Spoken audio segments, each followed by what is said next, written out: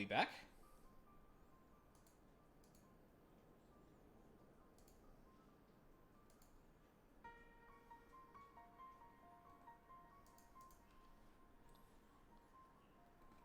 Shit. Hold up a sec.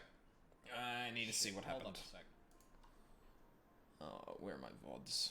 I'm assuming that's probably going to be a... Yeah, that's going to be another one. Damn it. I think it was only down for like a second, so... It shouldn't be a problem, but I'm just going to check the VOD real quick to see if there was anything obvious missing. To the terms of the contract, we're bound to surrender Yotsuyu into the Garlean's hands should her condition improve prior to the hour of the exchange. By that reckoning, Ichisaki went to achieve this outposts on bringing to our meetings.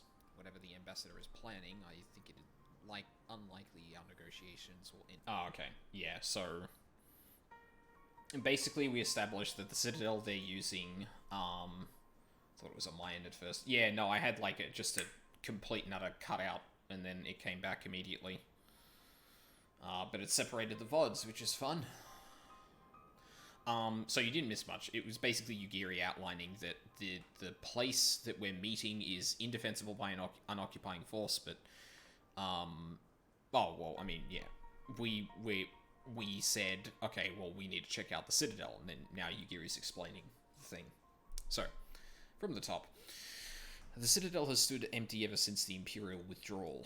While we took steps to ensure that it could not be defended by an occupying force, it is entirely possible that the Ambassador has arranged things there to his advantage. I will slip inside and make certain we have an unobstructed exit. Pray allow me to join you. I have some experience of Imperial facilities, and should matters take a turn for the worse, I would hope to be of at least some use. Very good.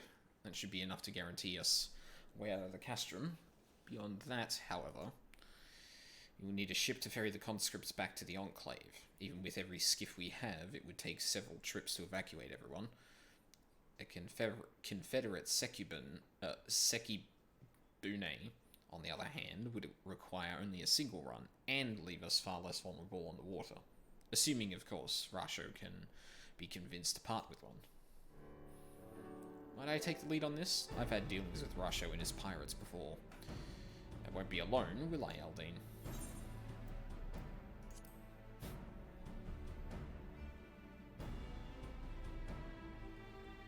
Much appreciated. I quite fancy parlaying with pirates again. It's a shame Elise won't be there to reprise her role.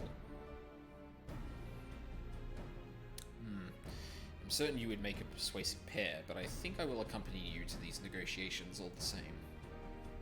My lord, the ruler of Doma should not be seen consorting with common brigands. Come now, Yugiri. They stood with us against the Empire.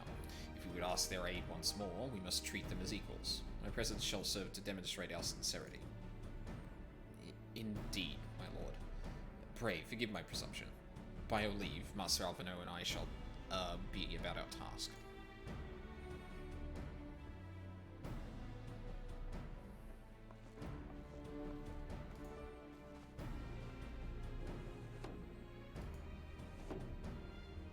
I need to refresh chat real quick. There we go. And we should be on our way to Onokoro. Time is short and Rasho may take some convincing. Yeah, that he might.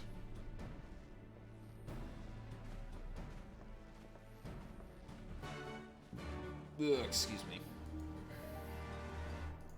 Honestly, I was really afraid that, like, the internet had done the thing it did before and has just, like, dipped and made me unable to stream again, but seems like we at least dodged that this time.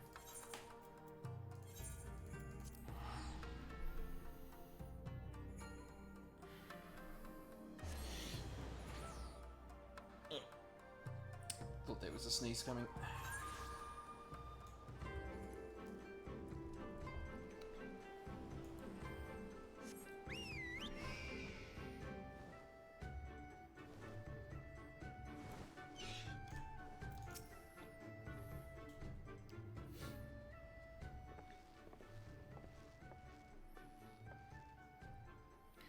there is a face I did not expect to see.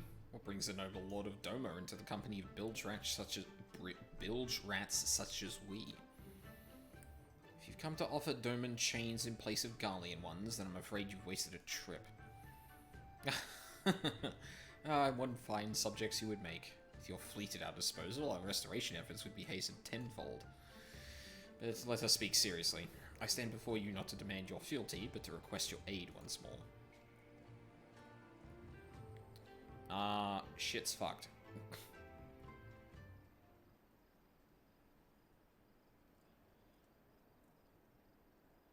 Same here. Mayhap you are confused. Doma's liberation was but a means to an end. We aided you only to save ourselves. Now we have no such incentive. We have sworn no oath to you, and will not come running like hounds at their master's whistle. And I will not presume to treat you thus. I came to petition your cooperation as an ally of equal standing. Equal standing, you say? Seems a bit lopsided to me. Where's the profit for us in all of this? Profit? Must you always think in such short-sighted terms? Have you ever heard of doing the right thing? Have you ever heard of pirates, little miss? You'll find we're simple souls. You pay our tithe, you sail in peace. Deny us our due, and we take it by force. We'll pull you out of the water if we see you drowning, but we are not in the business of doing something for nothing.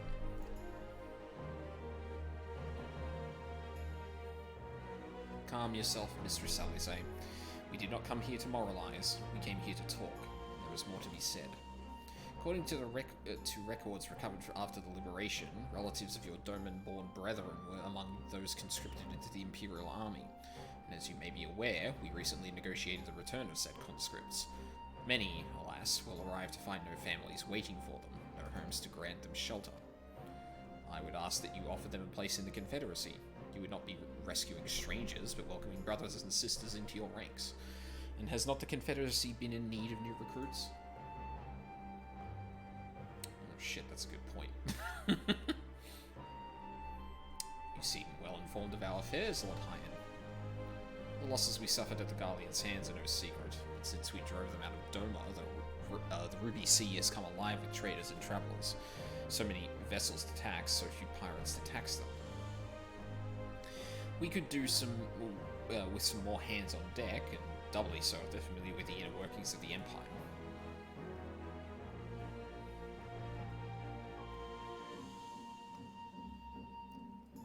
Very well. The Confederacy agrees to your request. You will have your ship.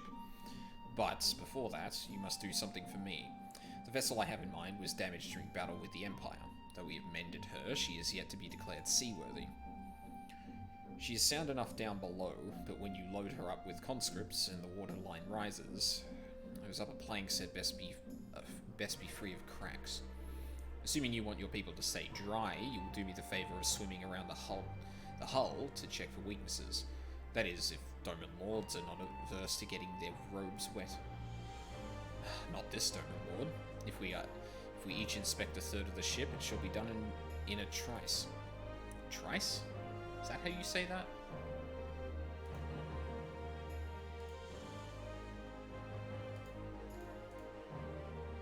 Oh, okay. Good. That is the spirit. This ship is moored at Quickscape Pier. Our apprentice shipwright will be on the deck to hear your report. Look for a lad named Ihanashi. I thought I had a knack for parleying with pirates. For the record, my previous attempt was an unmitigated success, and yes, I should have quit while I was ahead.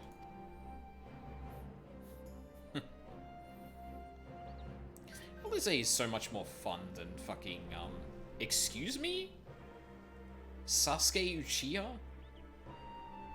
Oh well, I thought the rumors exaggerated, but the young lord lives up to his reputation.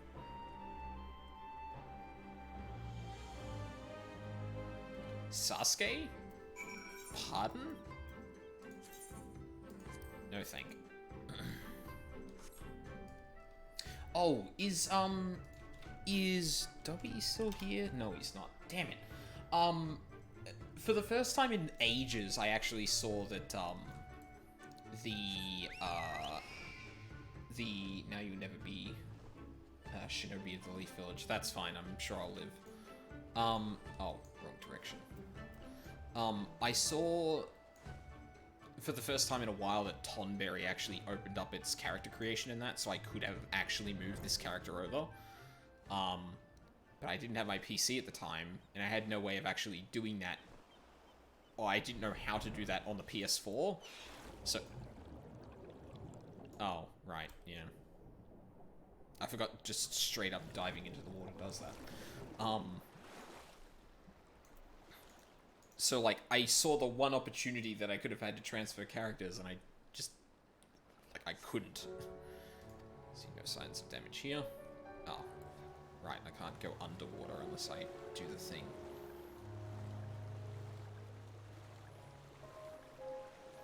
You can access it from the login screen. Yeah, but that was the thing. Like, it seemed like really tedious, and I was like,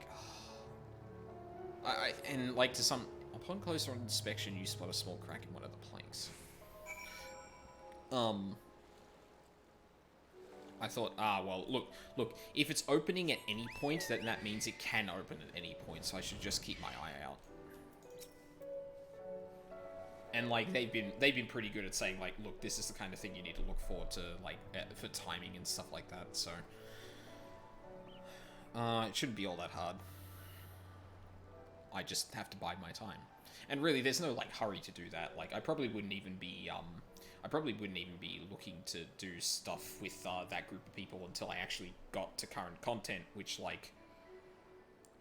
I'm basically an entire expansion patches and all behind at this point, plus one patch, so I've got a long way to go. Aye, I'm the shipwright. Apprentice shipwright. Did you find anything that might need attention? The section I inspected seemed solid enough. Front port. Yeah, on the port side, near the bow, you say? Right, I'll have a look and see what I can do. There's a server on NA Data Center that is permanently locked for new character creation. Yeah, well, I mean, that's basically what Tonberry is, because that's where all the, Southeast Asian country English speakers go, plus Australia and New Zealand. My apologies, I seem to have lagged behind. I could float in the gentle sea all day. Otherwise, I'm happy to report no visible cracking or holes in my section of the hull. Your Lord Hyen, the captain sent you to inspect the hull? Kami, have mercy. Forgive us this discourtesy, my lord. 'Tis quite all right. In fact, I rather enjoyed it. I take it you are a Doma? Yes, my lord. The Imperials took my father away from after the uprising, and I had nowhere else to turn. The Confederacy became my family. He's got, like, the grenade enemies, like, embossed on his, clothes. They locked Balmung because there was a whole deal between the ERP crowd and everyone else. What, they locked it because of a deal between the community? Or do you mean, like, an incident? Someone told me they're releasing the conscripts now. Maybe my father will be among them. Now that I can go back, there's no leaving once you've joined. Not that I can go back. How fares Our Lady? Is she seaworthy?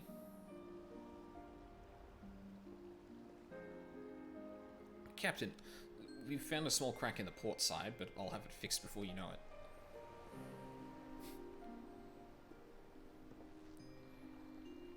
I see you have met the boy. Did he tell you his story?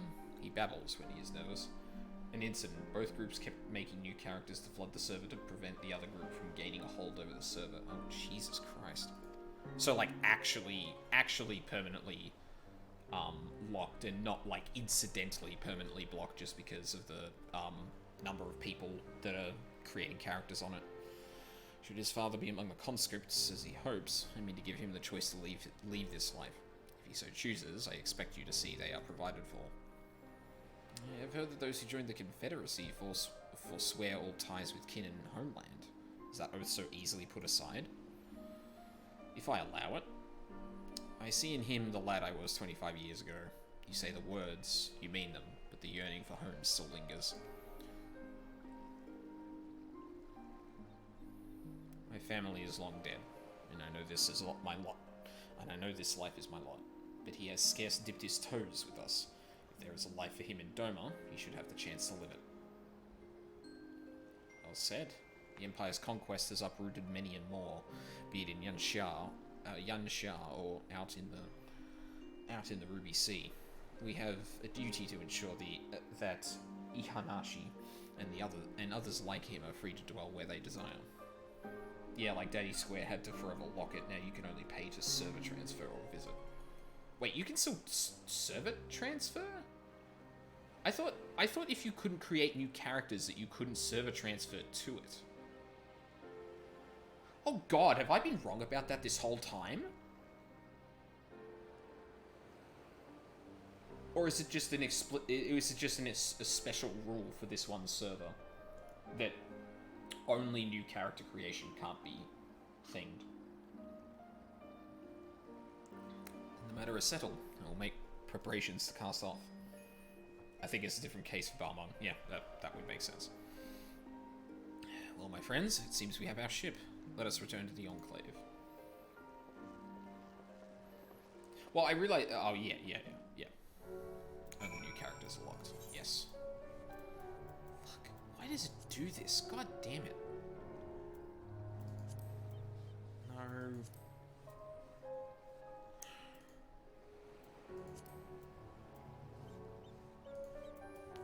So fucking weird. I don't get why that's a thing. If for some reason you find yourself there, never go to the Waking Sands. Okay, is that like Goldshire in WoW? For RP surfers?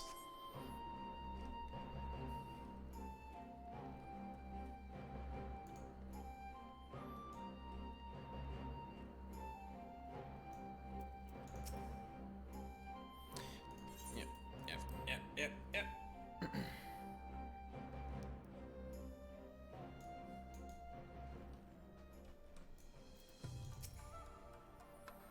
Seems Yugiri and Alfino completed their task before us. They have been waiting.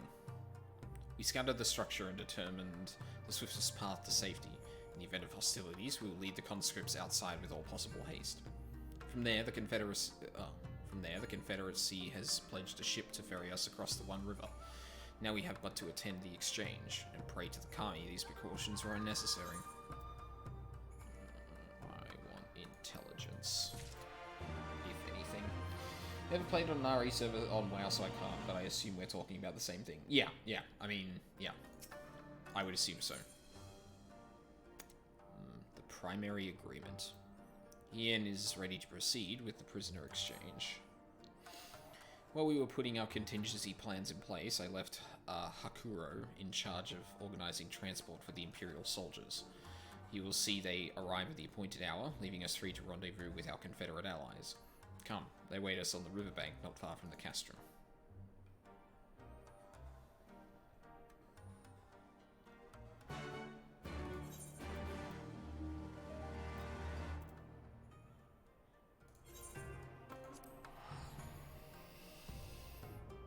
Oh god, I need to do washing. I completely forgot about that. Yeah, it's fucking too late to do that. Would have been a good day for it too. It's real warm.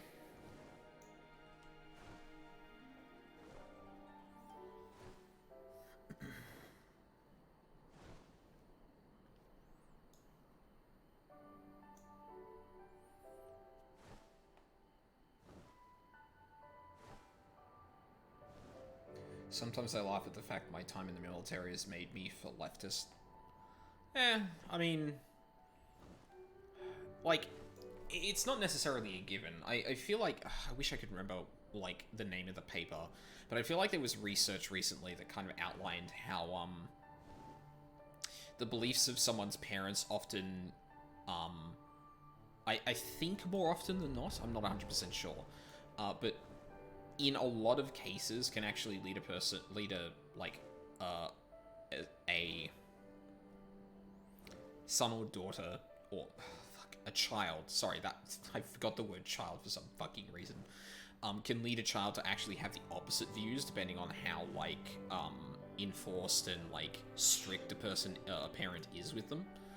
So, and it wouldn't surprise me if a similar thing just occurred in most cases, because if someone tells you, for example, if you experience things that could galvanize you, or polarize you politically, like, obviously you can either stay true, lean more left, lean more right, like, you know, abstain.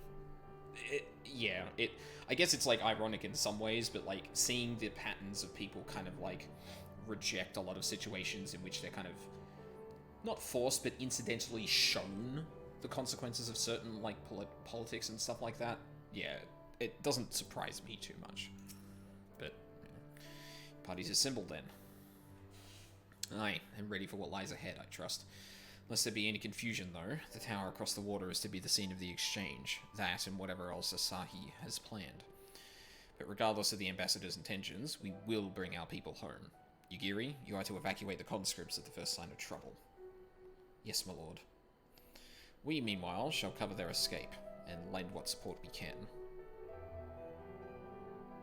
Your ship awaits you at the Castrom's loading docks. She will see you safely home. Then all stand ready to play their part. Come, let us be about it.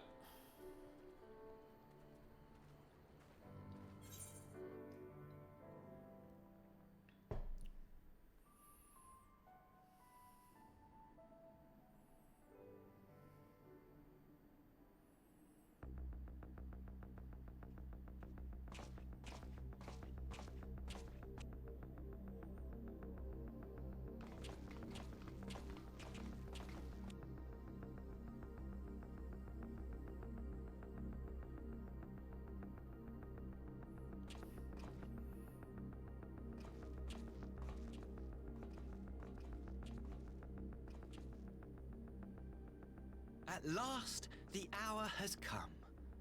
The conclusion to these negotiations will mark a new beginning for Dorma and the Empire. A first step on the road to peaceful coexistence. I wonder if he's, like, I really wonder if he's, like, trying to make us lash out to show that, like, because, like, recruiting Yotsuyu really seems like he's primed to actually restart, like, violence against Doma. And I wonder if he's going to try and use the situation to that end.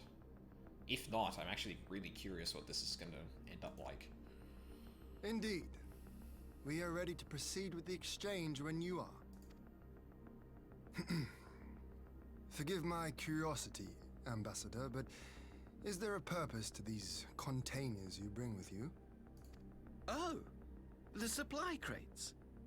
They are filled with materials we hoped might be of use in Dorma's restoration. I meant to gift them to you at our last meeting, but we had so much else to discuss. How very generous. I confess I had not expected such compassion. Welcome though it is. But then I was also surprised by the news that one of our captives had delivered herself into your custody ahead of time. A minor discrepancy I shall overlook in the spirit of the occasion. Are you perhaps referring to me, Lord Hien?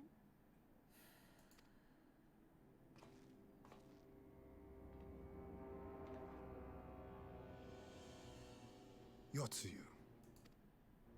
Orphan of the Nairi, widow of Sashihai, and acting Viceroy of Dorma. You and your people are mine to govern, mine to punish. Man, like, you know what? It's not gonna happen, but you know what I would absolutely fucking love right now is that Tsuyu is actually acting like Yotsuyu, having gained her memories back, and is gonna fuck over Asahi because he's the reason she remembers this shit now. I don't think that's actually gonna happen, but God, it would be great. Well, well. It would seem your shattered mind is mended. As per our agreement with the Ambassador, you are free to return with him to the Empire. Your authority as acting viceroy, however, is no longer recognized here. Yep.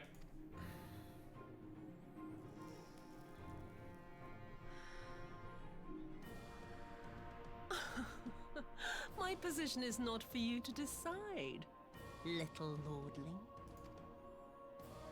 All yes it who is. resist the rule of the Empire must be purged. Such was the order given to me by Lord Xenos himself.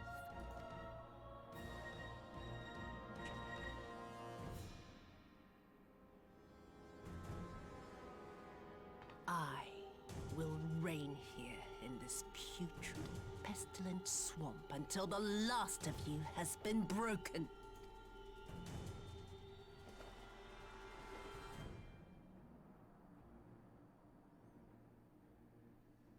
This land shall know no dawn. I will spew forth darkness and drown all in eternal night. And high above you I shall shine, uncaring, cold and distant as the moon! Is she gonna summon a fucking primal?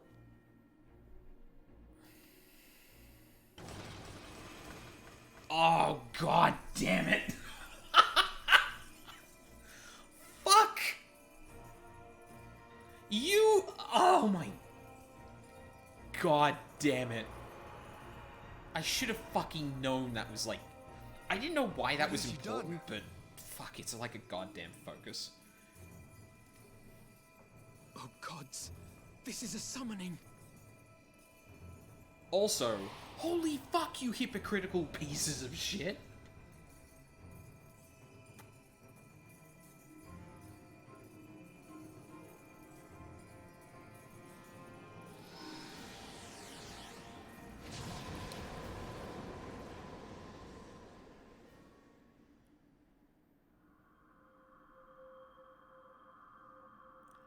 Oh, fuck, I should know the name of this. I feel like I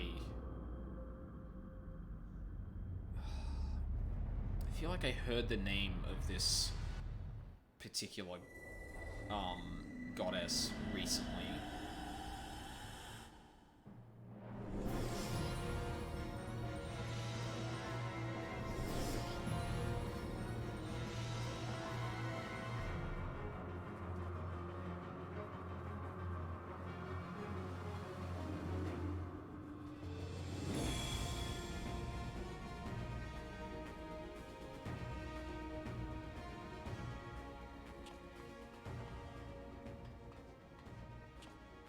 A Dorman citizen has called forth an icon in direct violation of our primary agreement.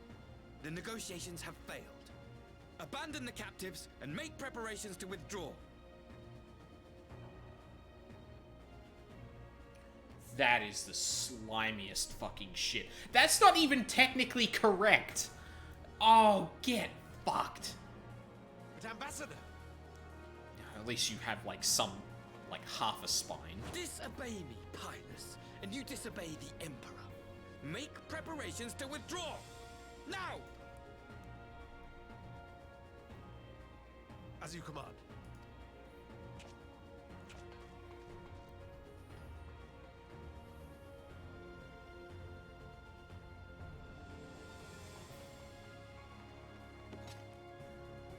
My lord, you must fall back! Yeah, you too. Ask me to run?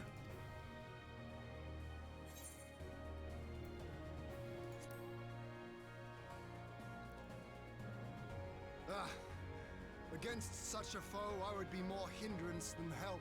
Correct. The field is yours.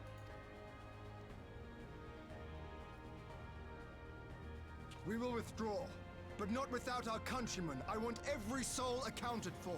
Every soul! My lord.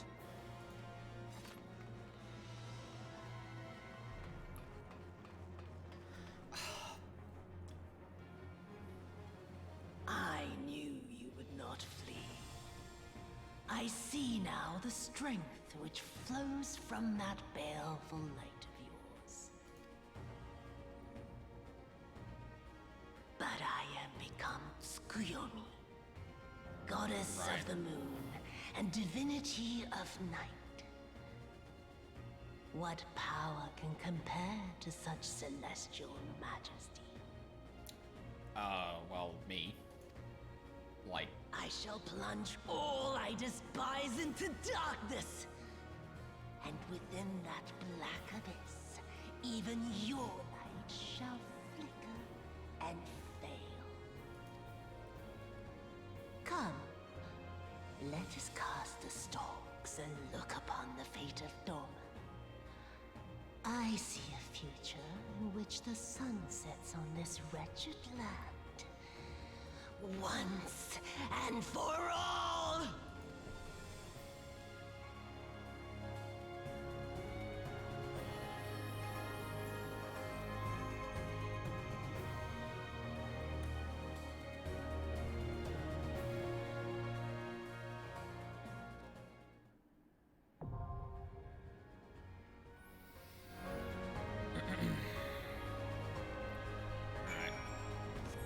let's see how long this is going to take.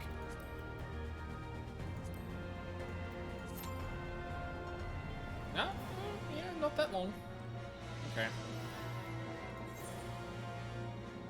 In that case, I'm gonna quickly take a detour to start that, quest line that starts all the trials and stuff. So yeah, let's just, oh shit, hang on. God, I forgot I had that in my pocket. Sorry, I felt something in my shorts and I was like, what the fuck is that? Oh, I shouldn't have done this here. That was dumb. Yeah, let's have a tonal shift. Not quite Hildebrand levels, but, yeah, close enough.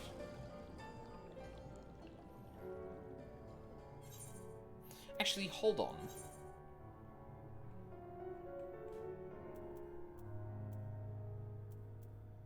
Where is the next Hildebrand quest? I don't think I...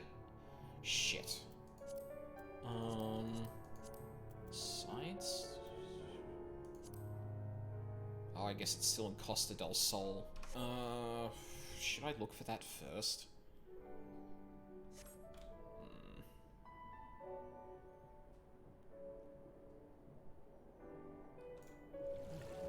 No, I'm already here. I might as well look for the thing I'm looking for.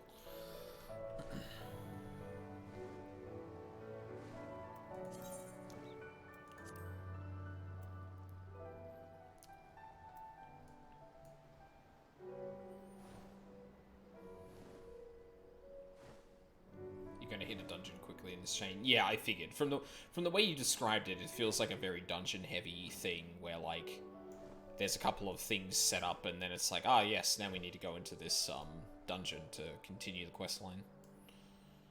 But that's fine. But it just has me. It just gives me another thing to. Just gives me another thing that I can queue up for in downtime, I guess, or can queue up for during the story. So I make sure I have some quest lines to go on with afterward.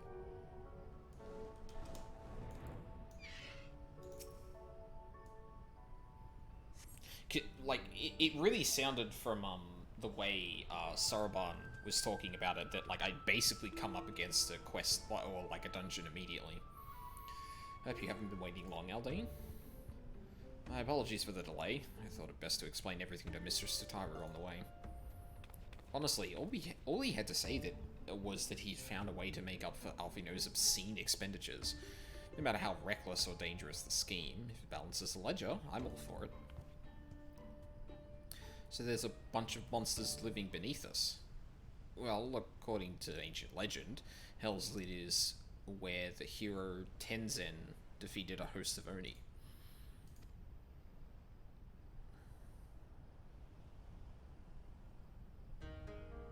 Oni were foul, evil beings that tormented the peoples of the Ruby Sea, and this island was home to many until Tenzen, together with the four lords, drove the Oni into the sea. For his heroic deeds, Tenzen was showered with riches. He then journeyed deep into the mountains, far from the realms of men, and lived in solitude with his companions, happily ever after. I wonder if the four lords are a reference to, oh god. I know there are like 4 persona that talk about like the lords of the north, south, east, and west, and I wonder if that's like a reference to that. Wouldn't surprise me, honestly. I mean, we just ran into literally Tsukuyomi, so like now Aldine's being asked to drive the Oni away again? You misunderstand. What I told you was a fairy tale. To the best of my knowledge, no one has ever seen an Oni. If anything, many assume the tale refers to ancestors of the Kojin. So what you're saying is you've got no idea what's waiting for us down below. In that case, I'll leave this to the experts. If you need me, I'll be hiding behind that rock over there.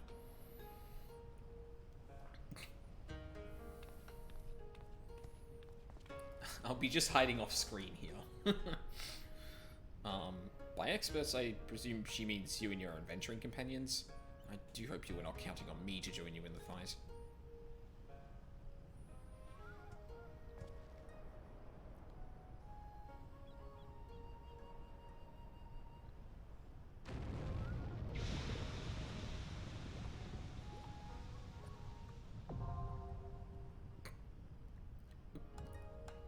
That was it?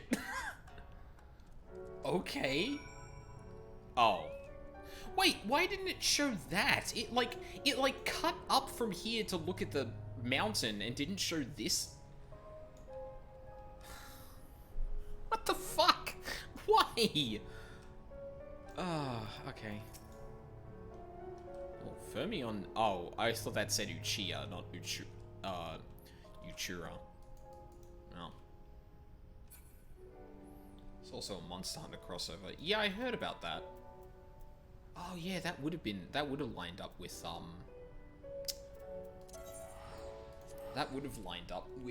Stormblood, now that I think about it. Kugane.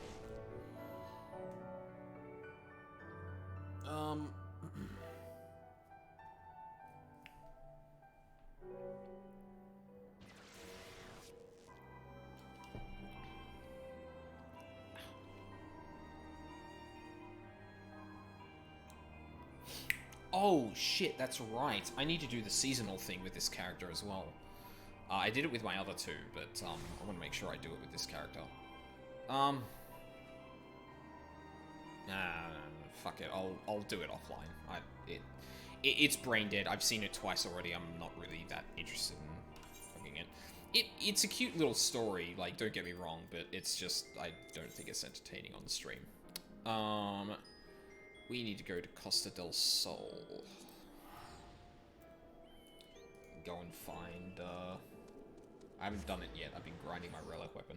It's really quick. It's like 5 quests, or 6 quests, with not much to it. I like it as a story, but yeah.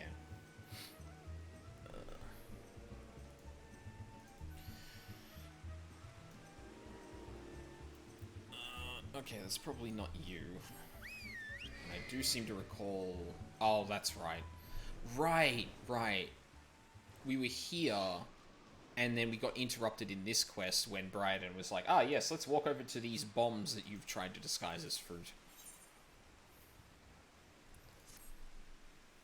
Alright, here's the total whiplash we've been looking for. I'm playing a lot of Dark Knight recently. I mean, I'm gonna replay through bloody, Thaumaturge and Black Mage for my next character until I get to Red Mage. So, yeah. Like, I'm trying to make sure I don't overlap too much with, classes and jobs I've already done, because I want to do the storylines, like, on stream, because I think a lot of them are really cool, and they delve into, like, the, it's interesting how, like, jobs specifically are treated as an incredibly rare thing, and like a lot of what you end up doing is digging into both the lore of those jobs and classes, as well as like basically like what am I trying to say here? I lost myself in that fucking description for a second there. I think it's interesting how they integrate such like a well-known like job, for example, into this world and make it like an actual notable thing that you are even a black mage, a summoner, a scholar, what have you. Yeah. If you play Dragoon, you get some neat dialogue during Heavensward. Yeah, well, unfortunately, I'm not making a Lancer from scratch, so I'm probably gonna miss that, unfortunately. But that is kind of neat. I'd imagine like almost any time you run into a Stinian would probably be interesting conversation. So Hildebrand. So Hildebrand has managed thus far not to destroy anything. Consider me something almost resembling impressed. Stabby boy for you. Well, not to start. Like, I wouldn't be leveling through Heavensward with a Lancer. Doing the Dragoon quest after Heavensward is really funny. Oh, well, I guess I'll get that then. Because I've got, like, 4 characters in mind that are going to share the jobs and, like, across all of them. Because, like, in MMOs specifically, I do like having, like, kind of characters, and I feel like I've gravitated to, like, 4 characters that I could distribute all the classes and jobs across. Which reminds me, hang on a second. Okay, not only have I not downloaded Notepad++, but I need to check something.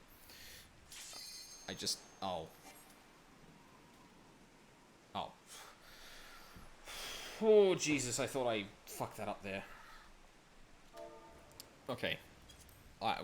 It appears we're about to go back into the dungeon, and I'm about to miss this fucking cutscene for the second time. Indeed. But enough about, consider me something. Indeed. But enough about Hildebrand. Aldine and I have been waiting to hear your latest theories. We should go somewhere quiet and... excellent idea, Miss Ellie. Oh yes, that spot's just over by the crate should suffice. There? Of all places? But surely we could find somewhere more scenic. I'm not here on vacation. I'm here to solve a case. Besides, we cannot afford to have our conversation overheard. That junk-littered beach should afford us some welcome privacy. Yes, Inspector. Privacy indeed. Bloody hells. Don't worry, Aldine. I'll figure out some way to lead him clear of the bombs. Okay, I at least got past the cutscene, so I have the quest now. I'm gonna use the restroom, heat up some dinner, 5 minutes tops. Yeah, no worries. I'll probably be in the trial by then. Hopefully. Maybe. I won't be doing much until then anyway, so...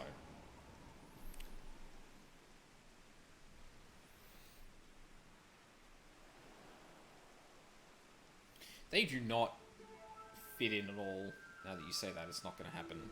Yeah, you're right. I'm never going to get the Q. Reverse karma psychology. Is it just me, or is there a chill in the air? Perhaps we should go someplace warm. Oh, there it is.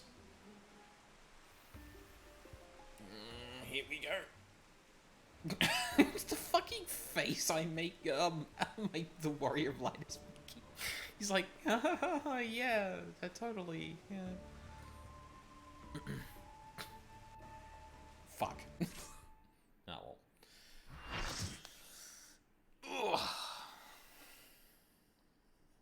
First group activity since I got back. Well, with the summoner, at least.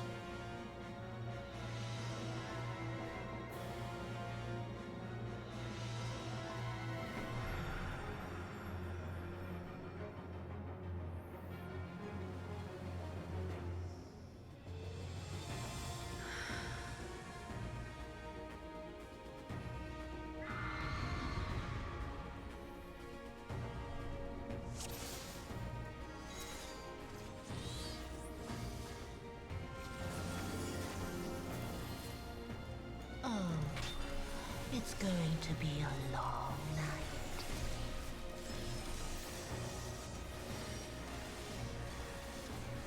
What?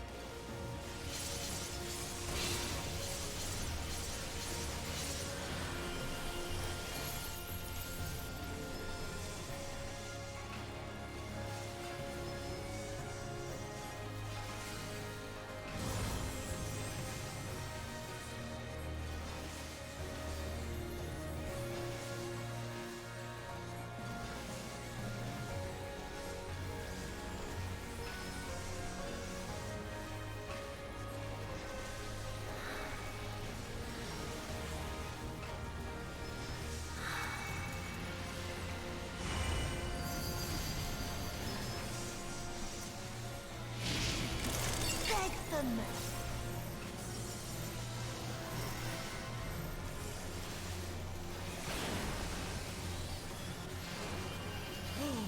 Your death Same job. will be all the sweeter.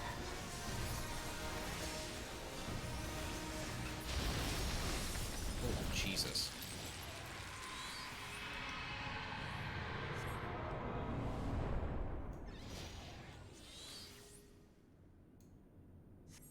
Oh, God damn it.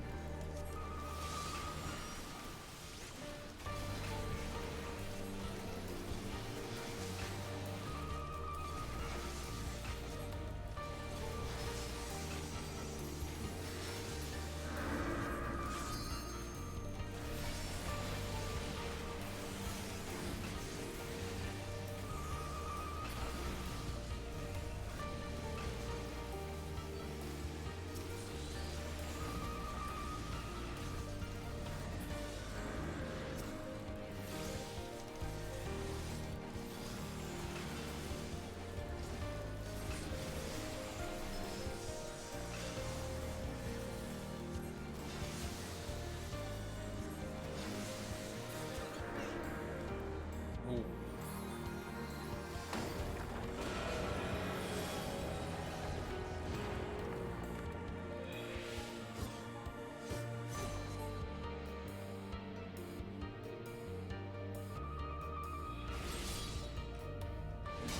Oh!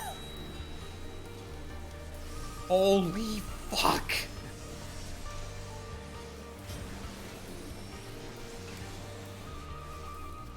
It's fucking Kokusetsu! Oh my god, is this actually gonna be like a redemption?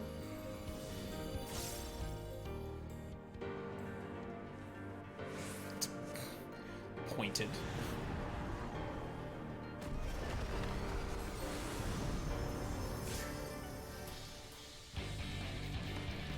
In darkness blooms the spider lily.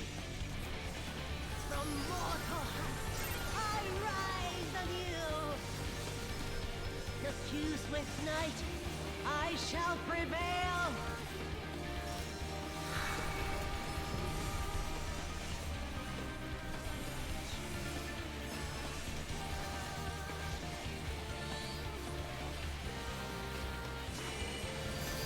Oh. Beg them.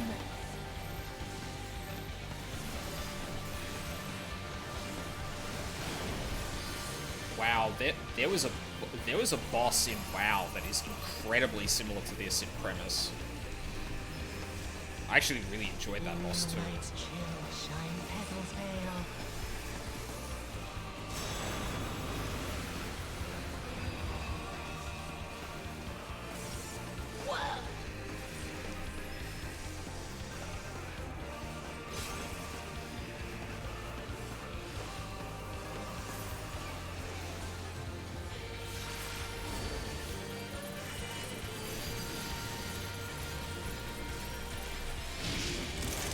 Beg them.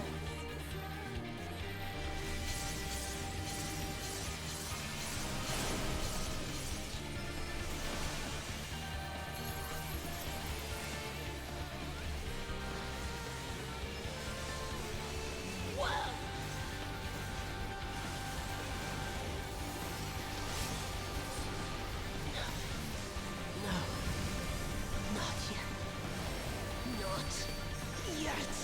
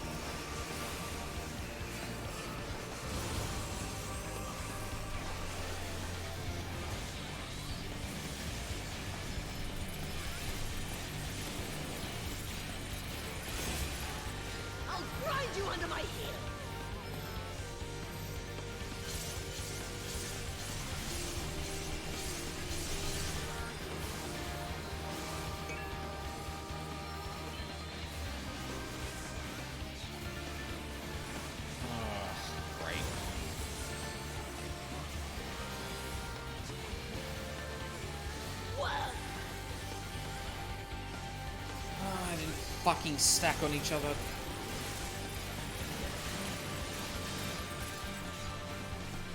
Oh no. How?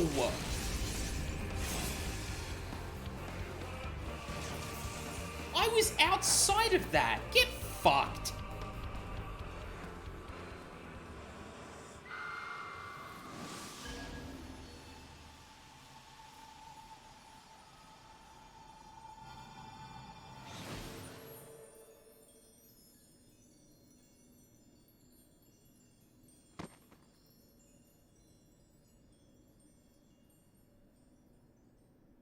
What the fuck? That actually changed her appearance? Yeah, glad you could catch the fight. Watch me get fucking punked by a fucking mechanic I fucking avoided. Great. Love it. Ugh. God, that's bullshit. Somehow still got a player commentation for that. Fuck.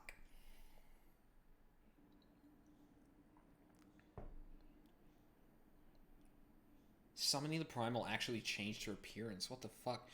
Wait a goddamn minute.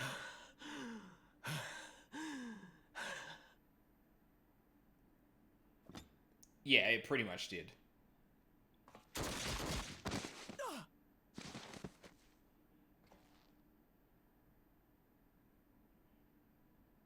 Are you really not going to turn around?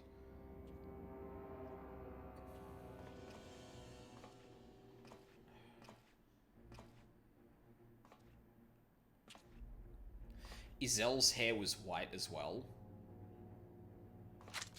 I wonder if there's a...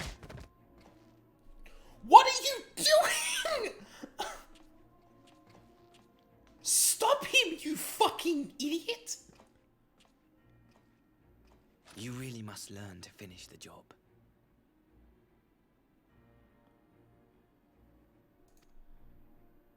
'Tis true that a gaudy mirror and a handful of crystals make for a feeble summoning. But even the weakest icon is a god of sorts. A threat that must be put down.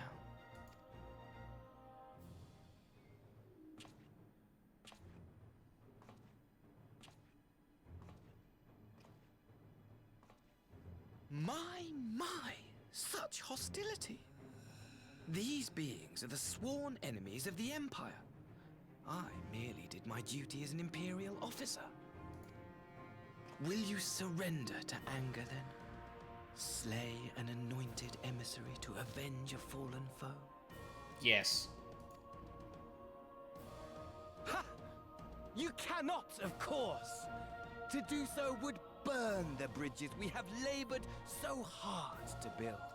What? No, that's a moot point. You already acted like we broke the agreement. Fuck you. What are you talking about? Forgetting. They're already ash. This Dorman woman has seen to that. The Empire cannot ally itself with any nation that refuses to renounce summoning. I believe I was most clear on that point. So there's no reason for me not to kill you then.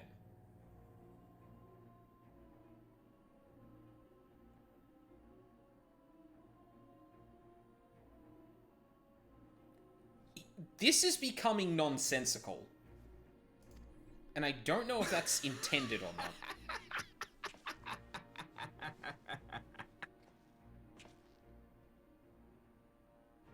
It should have been mine. The power he bestowed upon her. I should have been the one to govern Dorma.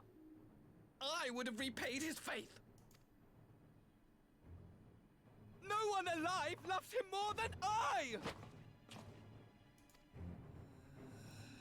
Instead, this harlot betrayed his trust.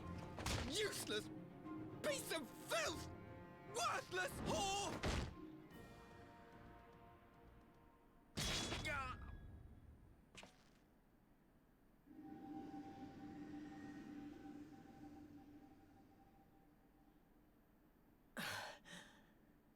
Thank thank you, dear brother, for this precious gift. Vengeance.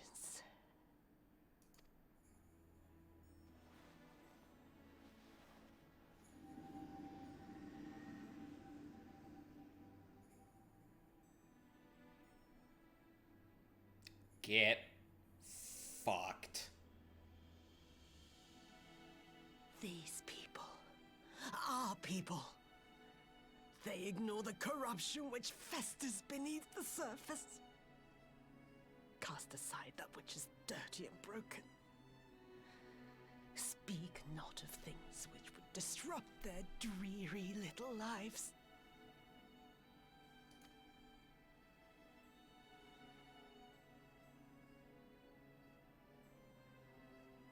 Like you, Asahi. Always pretending not to see. You were the first. The first I swore to kill.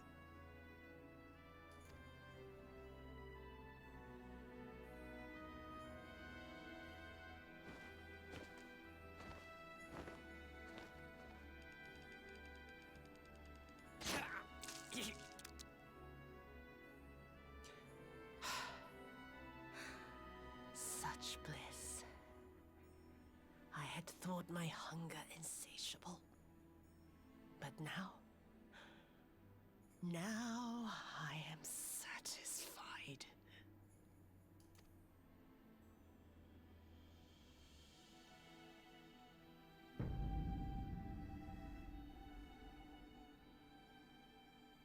You should feel honored, dear brother.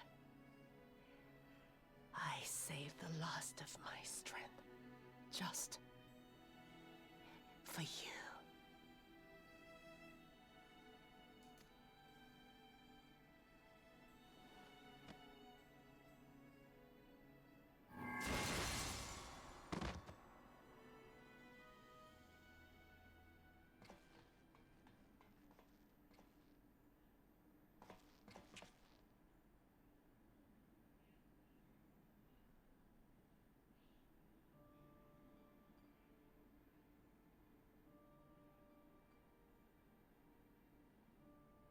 What's the matter?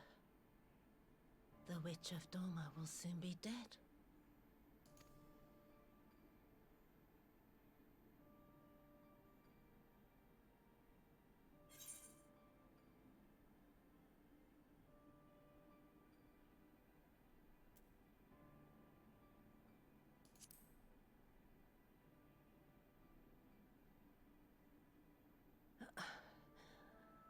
Her happiness was never to be. Not in this world.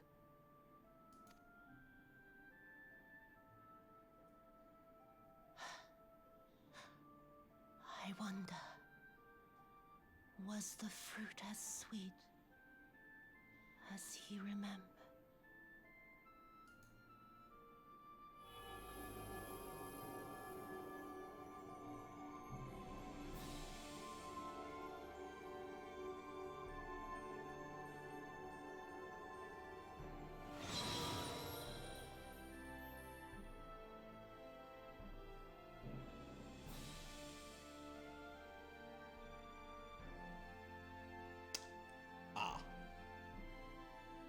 So she kind of had the residual effect of super.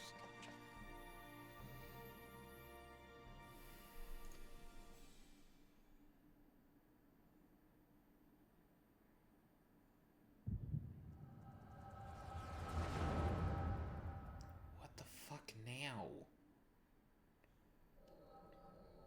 Yeah, before we continue on, you know what? Before we continue on, I think, you know what? Yotsuyu is, like, unabashedly a gigantic piece of shit.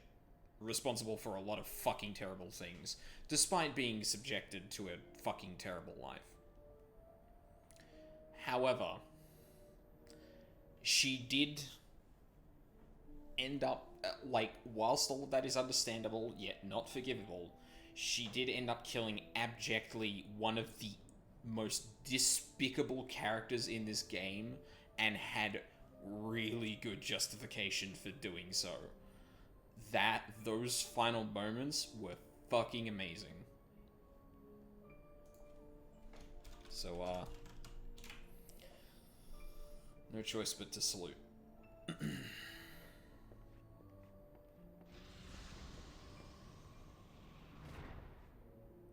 I am at your disposal. Also, I want to point out, glimpses of a queen that could have been, yeah, pretty much. I don't think there's been...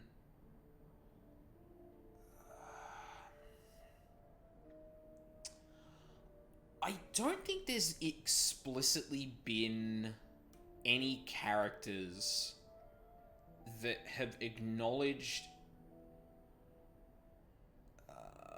anything outside of, like, familial love for someone of the same sex. Up until this point. I think that's true? There might be some side missions in that I've missed, which, fair enough. But MSQ-wise, I think that's the case?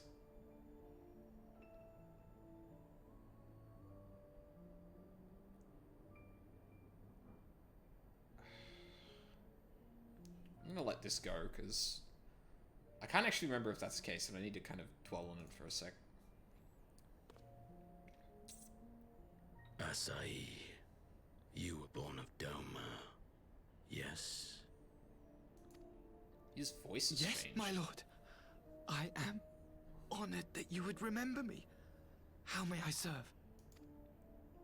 You are hereby appointed Ambassador Plenipotentiary, and empowered to speak with the voice of the Emperor.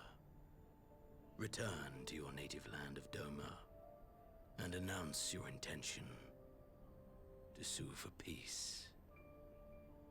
Oh! So he wasn't sent by the Emperor. Xenos just has the ability to say someone speaks for him. For peace? Once negotiations are underway, you are to locate the acting Viceroy. She lives? That is to say, I will, my lord. When you have found her, you will initiate a ritual to call forth an icon. I will instruct you in the necessary steps. I wonder what his reaction to that is going to be. Yotsuyu's faith is unreliable. But as a child raised to believe in the Kami, she will serve as a vessel for one of the Kojin's gods. She need only wish it to be so.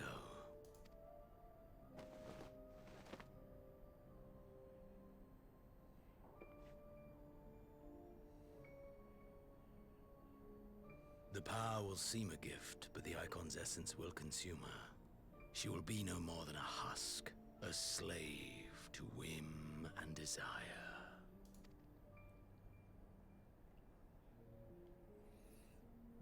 My lord, ever since the day you saw fit to save my miserable life, I have dreamed of repaying your benevolence. Upon my honor, I swear to devote myself wholly to your service. All that you command will be done, no matter the cost. But I fear the subtleties of your plan yet elude me. From the reports I have heard, the champion who aids the Doman resistance would make short work of a single icon.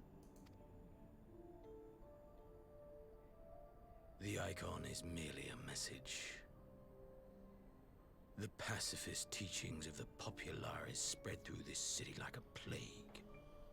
And I would remind the people of the threat we face. Oh my god. This was to quell the fucking thing that Asahi was saying he represented. Oh my fuck. You will be my chosen agent. The hand which tolls the warning bell. The salvation of this world will not be won through the signing of treaties. Yeah, pretty big brain for Xenos, but also, like, fuck, that's depressing. Like, Ah, yes. The people in power in a fucking, expansionist empire can't have people talking about fucking peace. No. We need to instigate violence in the people we're looking to overcome to galvanize everyone against them. No political statements to be made there. Your chosen agent. Fuck. I will not fail you, my lord. God, you pitiable piece of shit.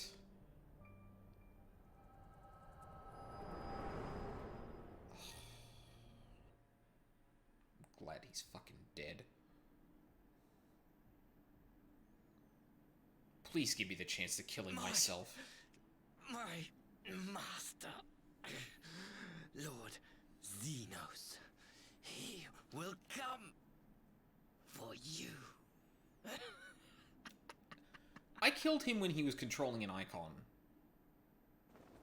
He ain't shit. Fucking bring it. You have prevailed, I see.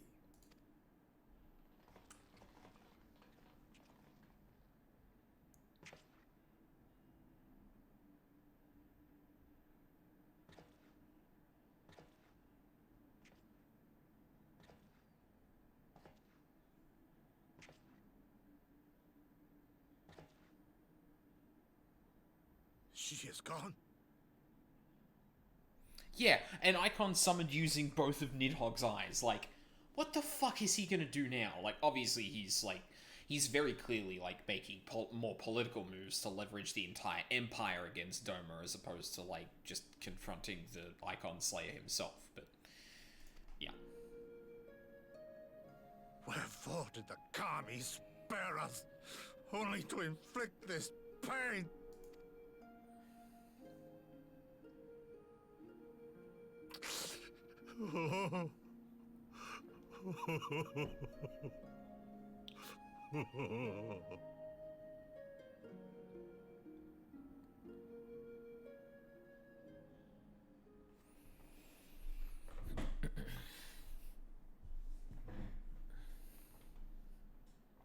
Death shall not want for company this day. You spared us a worse disaster, but I fear our fledgling peace with the Empire was beyond saving. Of course it is. Fucking Lord Hien! Fucking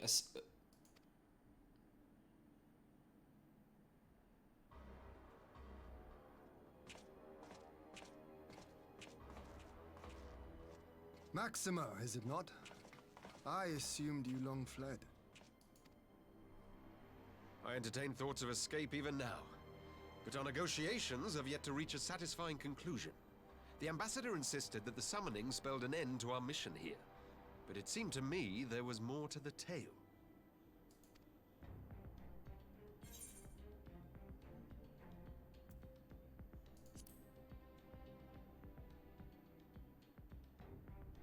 I have heard tell of this power you wield. And in your vision, you witnessed Lord Xenos giving these orders. How can that be? Xenos is dead. He took his own life after the battle in Alamigo. I saw his body with my own eyes.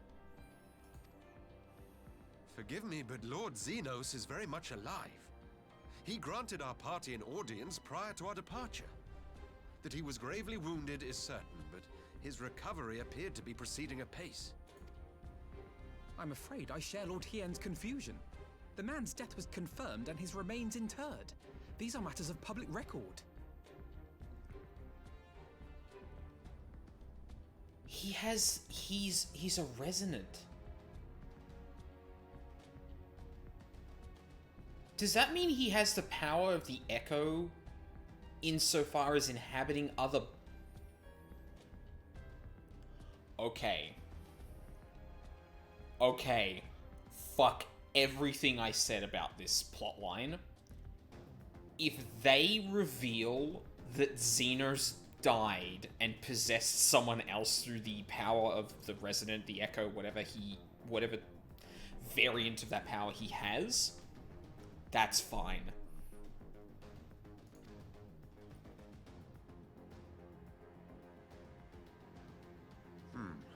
I have no doubt you believe what you say. But what then is the explanation? That an imposter has infiltrated the innermost circle of the Imperial Court? The idea is inconceivable, absurd. But worthy of investigation nonetheless. Our movement can ill afford to have a highly placed pretender undermining our efforts. Your efforts may yet bear fruit. Tell me, what is to become of our prisoner exchange? Though we have already taken custody of our conscripts, we have yet to release your Imperial comrades. Do you still intend to collect them? Yes. As the late Ambassador's second in command, it falls to me to speak on the Empire's behalf. And I'm happy to confirm our intent to proceed according to the original agreement. Then let us be about it. 'Twould be a pity to abandon such a promising beginning. Indeed. You have my thanks, Lord Hien. As soon as our people are secure aboard our airship, we shall depart straightways for Garlemald. Tread lightly, Pilus. I sense treachery awaits you there.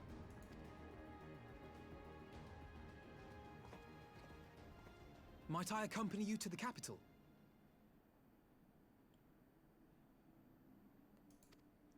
Excuse me? Imposter or no, if Xenos was instructing Asahi on the finer points of ritual summoning, then experience tells us there is an Ascian waiting in the wings.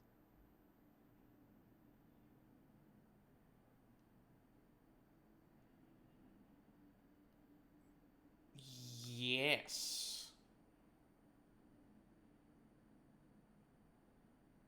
That would make sense.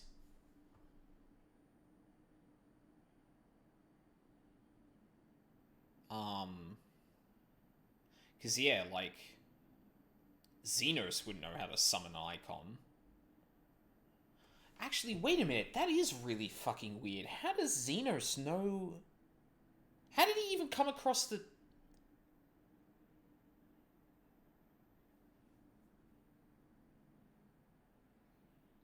We know that there's an Ascian in...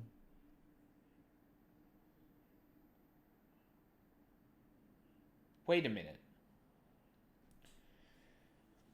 There was a scene where the Ascian in white revealed themselves to the Emperor. And he was offended at what he saw. I believe this scene took place... Yeah, that's what I was about to say. Xenos is an Ascian. Oh, fuck.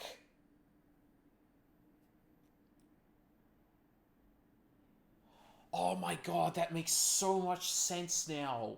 Yeah, okay, right. Because, like, fuck, the Ascian took control of Xenos' body, revealed himself to the Emperor as having taken over Xenos' body, which explains why he was offended so much for that. It also explains why Xenos knew how to summon. It also explains how he came... Well, potentially explains how he came across the mirror that was required for the summoning.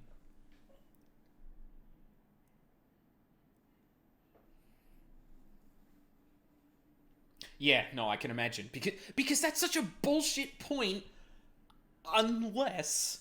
And, like, admittedly, I thought of an equally cool scenario where, like, Xenos actually discovered he had the ability to act like the Ascians and just possess another body, much like, one of the priests that, worshipped Leviathan that we saw, like, ages and ages ago in ARR. Fucking damn. Oh my god, he's a fucking... Elidibus is possessing the body of Xenos. Holy shit. Well, I don't know for sure. I guess Newest Girl kind of spoiled it a little bit by, like, confirming that instead of letting me come to it myself, which... I'm not going to berate you for that, because that was literally on the edge of my... that was literally on the tip of my tongue, but please do not confirm that, you know. You big-brained yourself there. Well, yeah, I know, but, like... Well, I mean, I don't want to toot my own horn, but, like... I was actually thinking about that before the stream, like the circumstances with which we came to Stormblood. Fuck. Oh my god. Without our knowledge and expertise, our new friends will be hard-pressed to contend with a foe for whom death is but a minor inconvenience. They need our help. Oh my god, Alphino literally... that line is so on the nose! like, the game hasn't revealed the thing I just said could be the case, but that is like Ilberd talking about losing his arm, like a few quests before the parting glass. Were you indeed willing to share your knowledge of this enemy, we would not shun your counsel. Yes, the incident. You truly mean to do this? In full knowledge of the danger?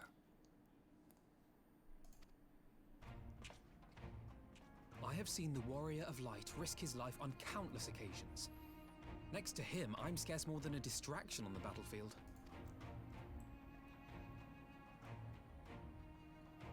But in the meeting room or the audience chamber, there I can make a difference.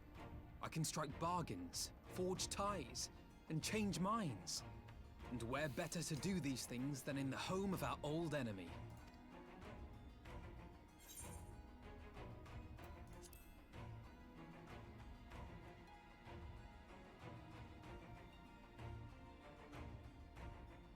Tis not for me to stop you, but I would have you consider an alternative arrangement. Rather than braving the Empire as a simple traveler, go forth as an emissary of Doma. Such a position should offer you some measure of protection.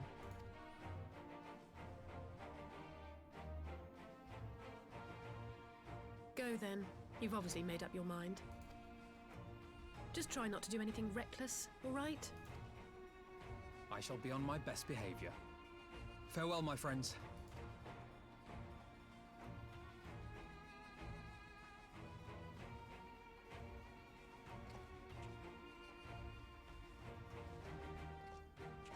I also really need to pee, so after this cutscene, I'm gonna take a quick break. Fuck yeah, Alphino, let's fucking go.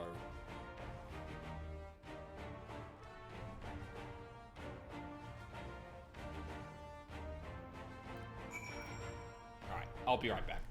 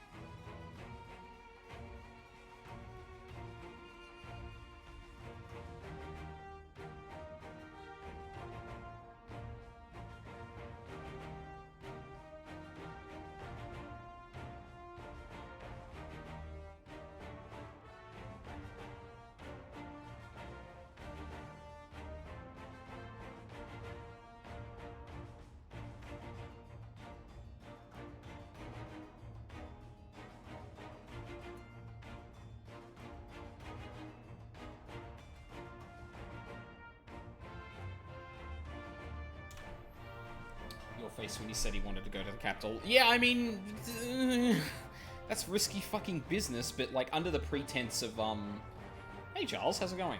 Oh, good morning. Welcome to the world of the awake. But yeah, like, I kind of forgot that, like, obviously the situation was a bit more, like, redeemable in terms of, peace with Doma. Am I off tomorrow? I am. I don't know when I'll be streaming. I'll probably stream, like, I'll stream at some point, but, like, I don't know. I don't know when. I'll probably do, like, a pretty big stream, because I really want to get through this now. And, like, the way this story is going is, like, okay, I'm not gonna lie. I have a training day tomorrow, so early showtime and release, hopefully. Oh, nice. So, one thing I do have to comment on, obviously, is the fact that I was like, oh, fuck, the writing in this expansion is trash if this is the reason they brought Xenos back.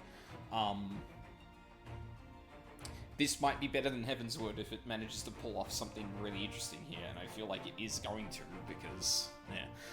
Although, so I feel bad for saying this, newest girl, because, like, you've been really good with, like, not spoiling shit, and, like, doing leading things here and there, but, like, being not very obvious, but, like, where you were talking about, like, where you were saying, like, or where I was kind of going through the motions of who the White Ascian was,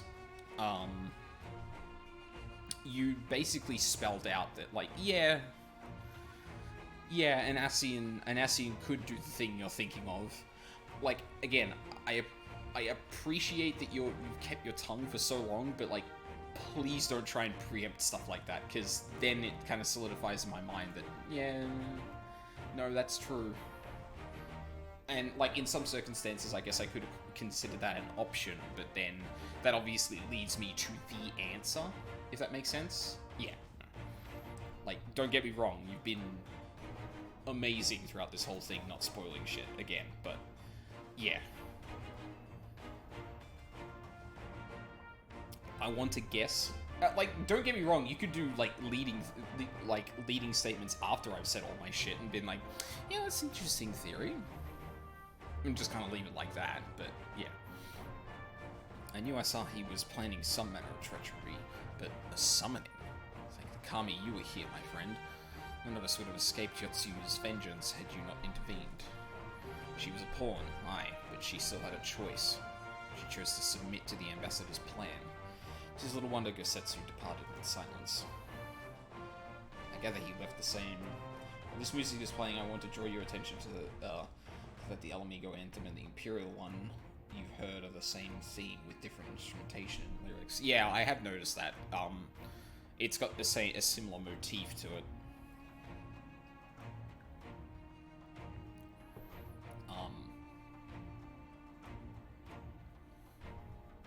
In fact, I think it's in generic Stormblood music as well. Or, sorry, I say generic, but like neither nation Stormblood music. Like the same kind of like, oh, I guess the boss theme is a bit different. No, anyway. I gather he left the same way he came, alone aboard a rowing boat. As for the conscripts, most made it to the Sekibune Bune. I take the implications of that as once the Guardians take over, they change a country's anthem, but keep the tune.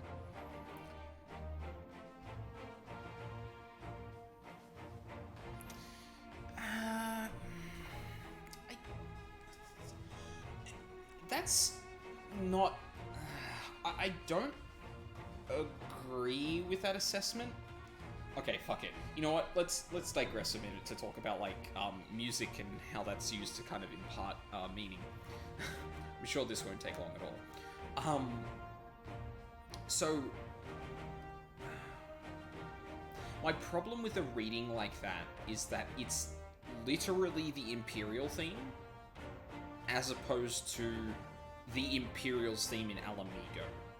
Like, if we were in an occupied Alamigan territory and we heard that, and that was the only place we heard that, then I might agree that, like, the Empire just kind of co-opts that, and it certainly speaks to like a cultural appropriation sort of thing, where like a dominant culture will absorb the culture of will absorb cultures into their mass and incorporate parts of them while also alienating the people who originated it. Like, that's a very common thing in, like, well, you know, white-dominated countries where we tend to take up aspects of other cultures, which, if people who weren't us kind of presented, would not be treated the same.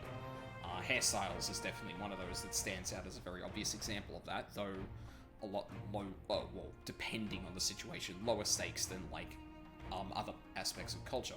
But, I mean, the one that the soldiers sang in Alamigo, wasn't that in the Imperial capital? But also, that's not the context in which that's presented, because it's a song that's not talking about the Empire's occupation of Alamigo so much as it's talking about the Empire itself.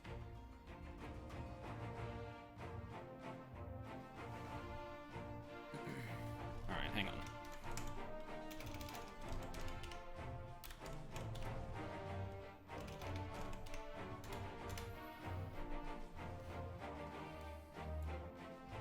Go for it.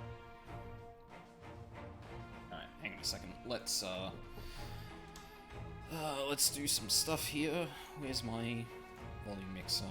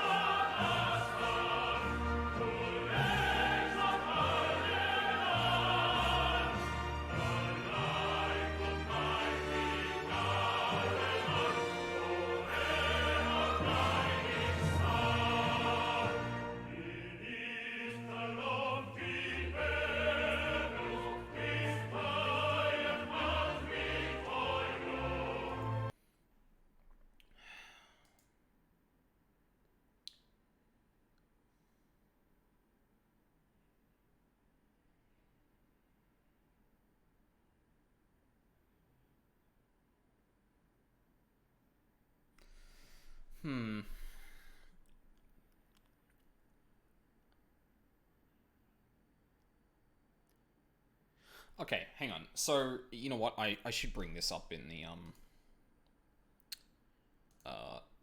the stream so we can all watch it. I don't have this, like... Oh, hang on a second. Actually, I can really easily just make it so that happens. Chrome tab, properties... No, not that one. The other one. Oh, right. Really? It didn't take that because it was full screen? Fuck, okay. Whatever. Cancel. Properties. Are you fucking serious? There are more windows than that, you fucking garbage fire. Hang on a sec. Fuck it. Get rid of that.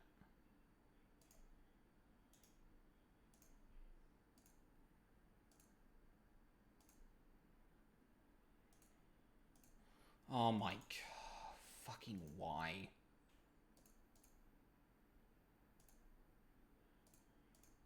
No, I want... Hang on. God damn it.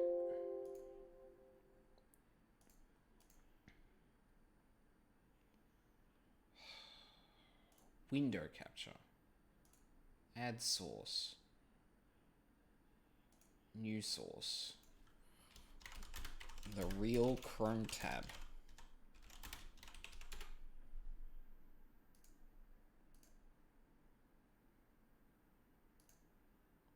Jesus fucking Christ. Why would that not appear before? Is it going to be okay doing this? Yeah, okay, cool.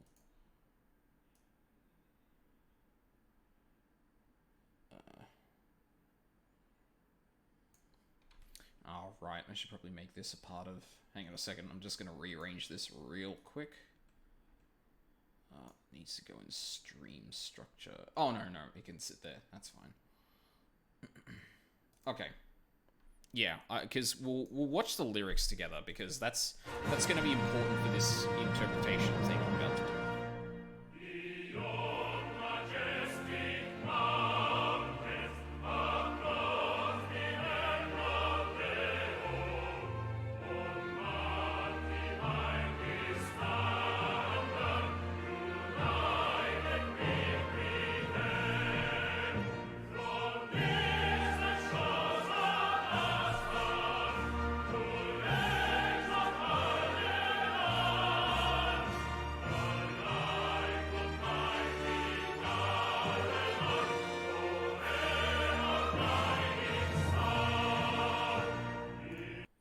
So, there are two things happening here that kind of give me two minds about this. One of them is that the lyrics are very clearly more broadly speaking than Alamigo, right? Like, they're not just talking about Alamigo when they talk about it. In fact, explicit references to Alamigo aren't there. It talks, like, vaguely about some landscape to begin with. Hang on, where is it? Beyond majestic mountains across the Emerald Dale. So just kind of generic, like, wherever we go, more or less. Then we get to... on March the Ivory Standard, united we prevail. The only reference to Alamigo are majestic mountains. That's... I don't know if I really count that as a reference to that, because it's too generic, right? Because then it goes on to say... on distant shores of Othard to lakes of Aldenard. So it does name two specific places, and I would assume that the reason it explicitly states these two places is just because they're on opposite sides of the Empire, like expressing the size of the place that the Empire has actually conquered. That would make sense, right? So the lyrics to this song are talking about the grandeur of the Empire, what they've managed to do, and how they've managed to do it. They've managed to conquer these vague... any land that could be seen, lands far and wide, because of their... Because they marched to... Because they marched to the Ivory Standard united. Following the guiding light of Garlemald.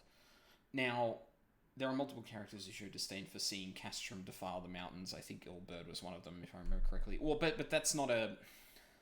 Like, I understand that, but because we don't understand... Or because I don't understand the geography of this, specifically when this scene actually happens in Stormblood, like, I would not know that...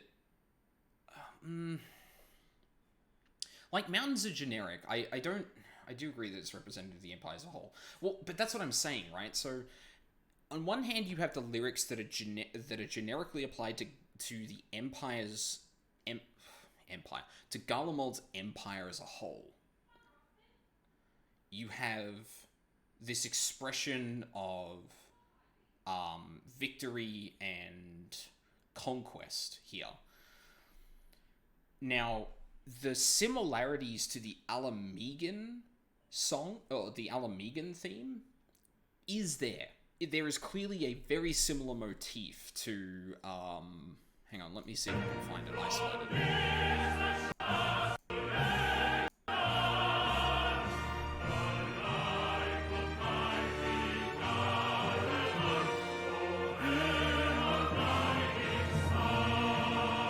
Like, that's an explicitly shared motif between the two songs. But the reason I guess I take the implication of that as the Gallians take over that... once the Gallians take over, they change a country's anthem but keep the tune. I don't agree with that assessment because this song is way too broad. I would agree that the similarities between the songs could read as an instance of cultural appropriation by Garlemald, because Garlemald has for a very long time wrested control over Alamigo. Wow, get fucked. Has wrested control over Alamigo, so it only makes sense that aspects of their culture get integrated within the Empire, like unconsciously or not.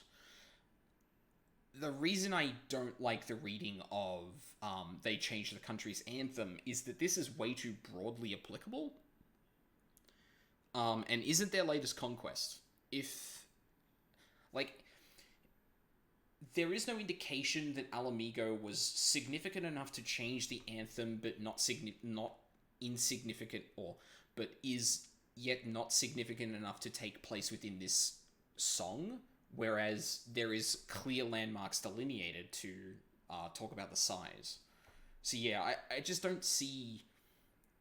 Alamigo was 20 years ago, I think. Yeah, right. And, Doma was far more recent than that.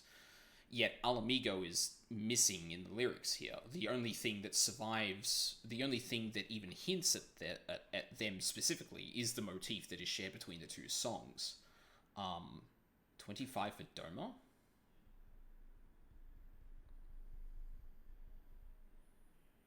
Well, but there was a resurgence very recently. That was the whole reason that Yugiri and that were, No, hang on a minute. The Empire held Doma, and then the rebellion came along to try and destabilize things when the Empire seemed to be struggling, and they were fucking wiped out. Yeah, exactly. So Doma was, like, secured far more recently than Alamigo was. Because Doma is more... Like, Alamigans have been brought under heel for, I feel, longer than Doma has, because there was room for rebellion in Doma, and there wasn't in Alamigo until we actually started freeing Doma and that. So there is a lot going on here, but I guess, like, my main thing is that there's a far more direct, you're drawing a far more direct link to a corruption of culture or an assimilation of culture than I believe is actually makes sense for this song specifically. A, because the player is unaware of a lot of things that would make this make sense for it to be tied more to Alamigo than you're implying. B, because I don't think there's much of the lyrics that even hint at that. I think it's interesting to read this as a situation where there is cultural appropriation, because the seeming shared motifs between a militaristic, fascist, expansionist empire and one of the cultures they have subjugated is an interesting parallel. Why does that exist? Cool. But I think that specific reading that they change the anthem of Doma is not the case. I feel like if that was the case, there would be a far better... There would be a more clearer reference to the fact that the Empire... that Alamigo existed, the Empire came, and Alamigo has prospered. Like, if you were going to express that, it would follow that form a lot more. Whereas this is more just like, nah, the Empire's great. Have you seen how big our thing is? We're great. Anyway, that's my literature analysis of this song.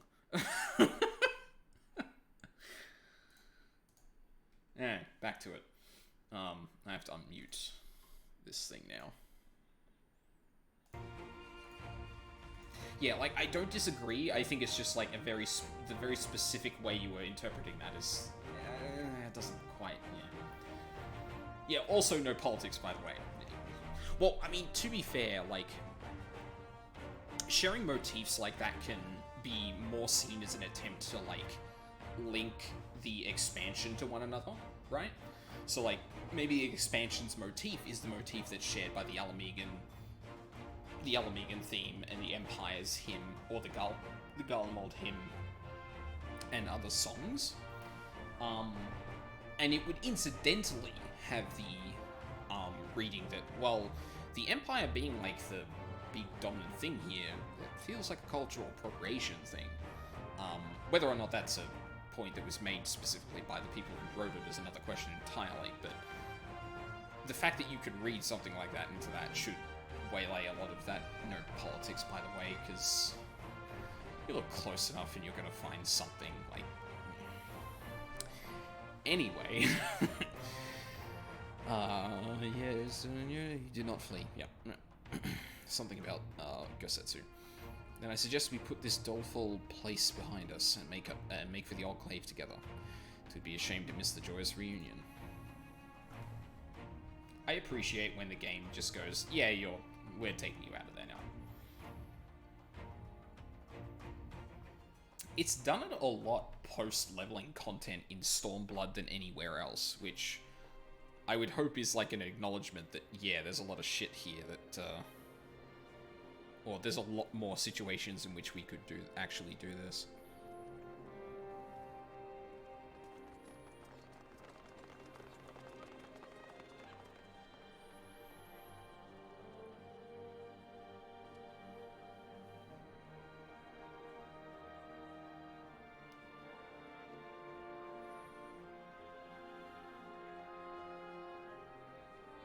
How often have I imagined this moment?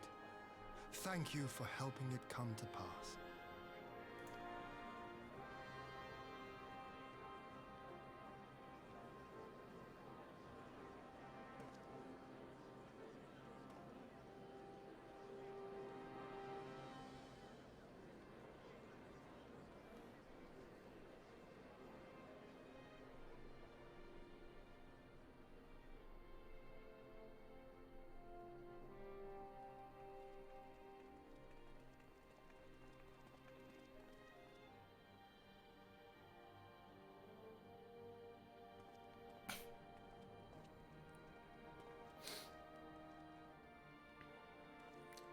Yeah, this is a fucking great scene.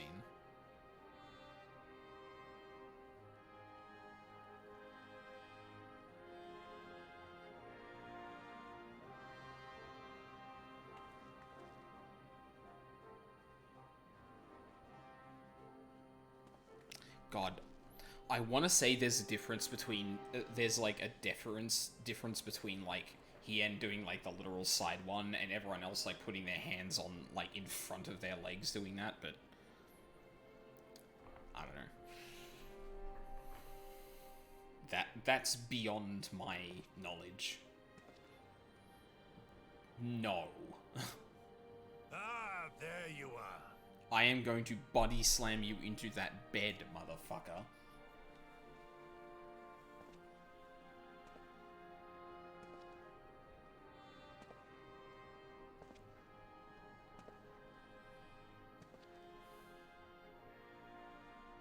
Gosetsu, your hair. My friend, what have you done?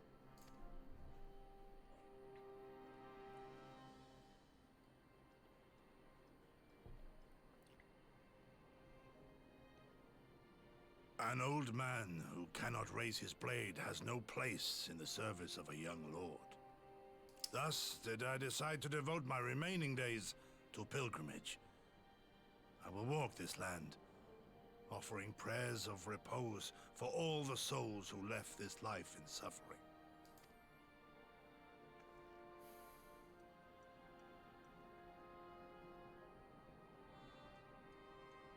All of them?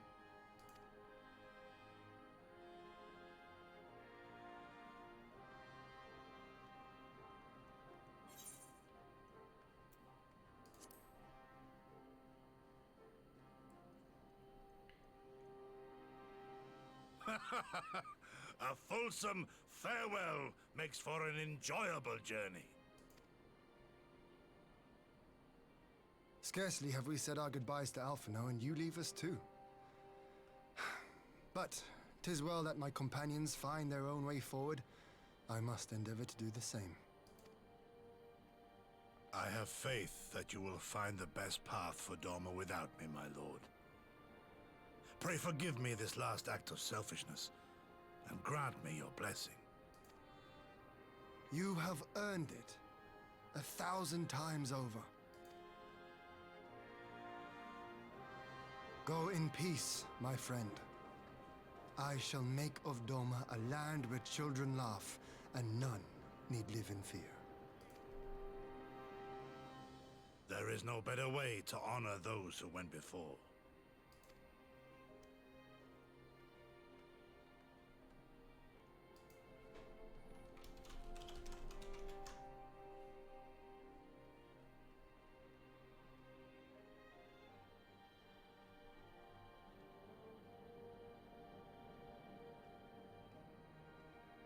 And with that, I take my leave.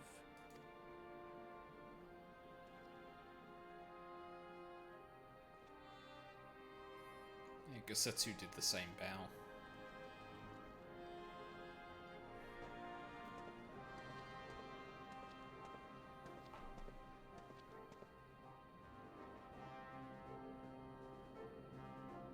I really like that ending for Gosetsu. That feels really appropriate.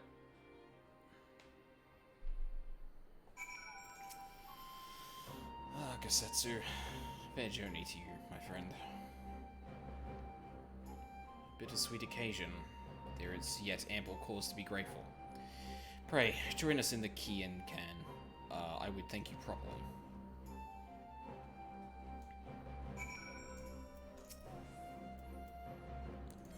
Yep.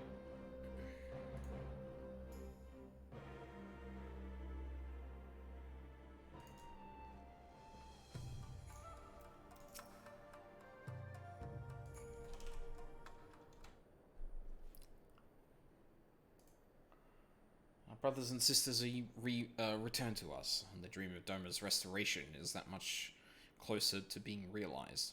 It is a day that will live long in memory, and one that would never have dawned without the courageous actions of the Scions. On behalf of Doma and her people, we give you our deepest thanks. Well, there's number 3. Kian was Hien's father, right? Yes. Is it Kian Khan, his father's house? I never paid attention to that before. I don't know what Khan is as an honorific or what that refers to, but it could be a coincidence. I'm not really sure. Unless you think me complacent, I assure you, I have not forgotten the dark cloud on the horizon. That Xenos lives as a source of grave concern, mayhap the gravest. Yet there is little to be done but wait for Alphino to send word. Until then, I plan to devote myself to fulfilling the promise I made to Gosetsu, by building a nation in which none need live in fear.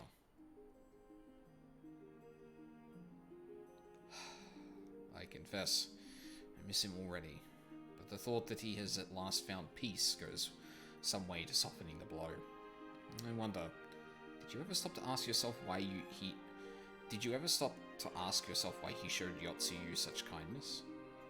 I believe the answer lies in past tragedy, specifically the death of his wife and daughter during the invasion. Though he hid it well, they were never far from his thoughts, and Yotsuyu's childlike mien, I believe he saw not a fallen tyrant, but the little girl who was lost to him. After the loss of his family, Gosetsu devoted himself wholly to the service of his country. He suffered any hardship, strove beyond the limits of endurance without hesitation or complaint. Though Tsuyu could never replace his daughter, I had hoped that with her at his side, he might live out the remainder of his days in relative contentment. Would that the Kami have been so minded. Even now, I labor to discern any meaning in Yotsuyu's fate. To deliver her from certain death, with no memory of her sins, only to leave her at the mercy of her stepbrother? Can that truly have been their will? That I cannot tell you. The will of the Kami is not for us to know. But what I do know is that for a brief moment, a girl known as Tsuyu lived among us. that she brought her a whisper, and that she brought with her a whisper of respite for a grieving heart.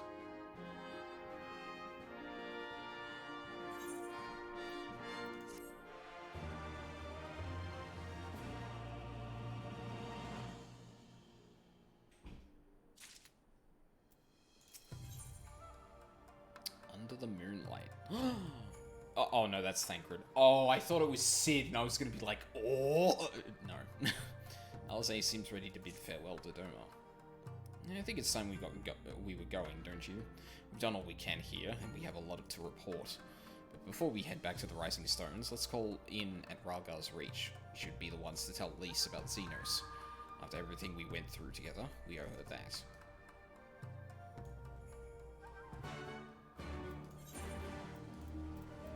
Is that a 999? Yeah, it is. What's our free destination again? I feel like it was in Alamigo. Sorry, yeah, close enough. Sid is currently suffering at the hands of Nero, the Omega Rays. Yeah, I know, oh god, I really want to see that dynamic, but if it's not on the MSQ, then, like, it's probably gonna have to wait, it's gonna have to wait. No, the fucking, thank you. Oh god, like, the other thing that really galls me about that is that they just threw Jesse in there, and I'm like, fucking what? They're really easy to pug. There is a normal tier raid roulette. Is there?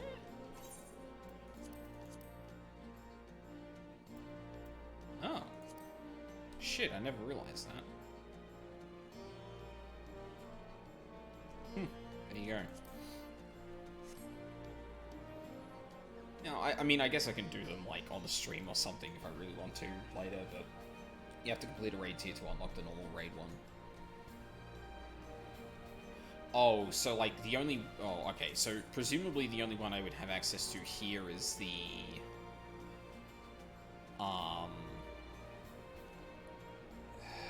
is the Crystal Tower raids. That would probably be the only one available to me, because that's the only one I've actually completed. Would that be correct? Right, okay, sweet.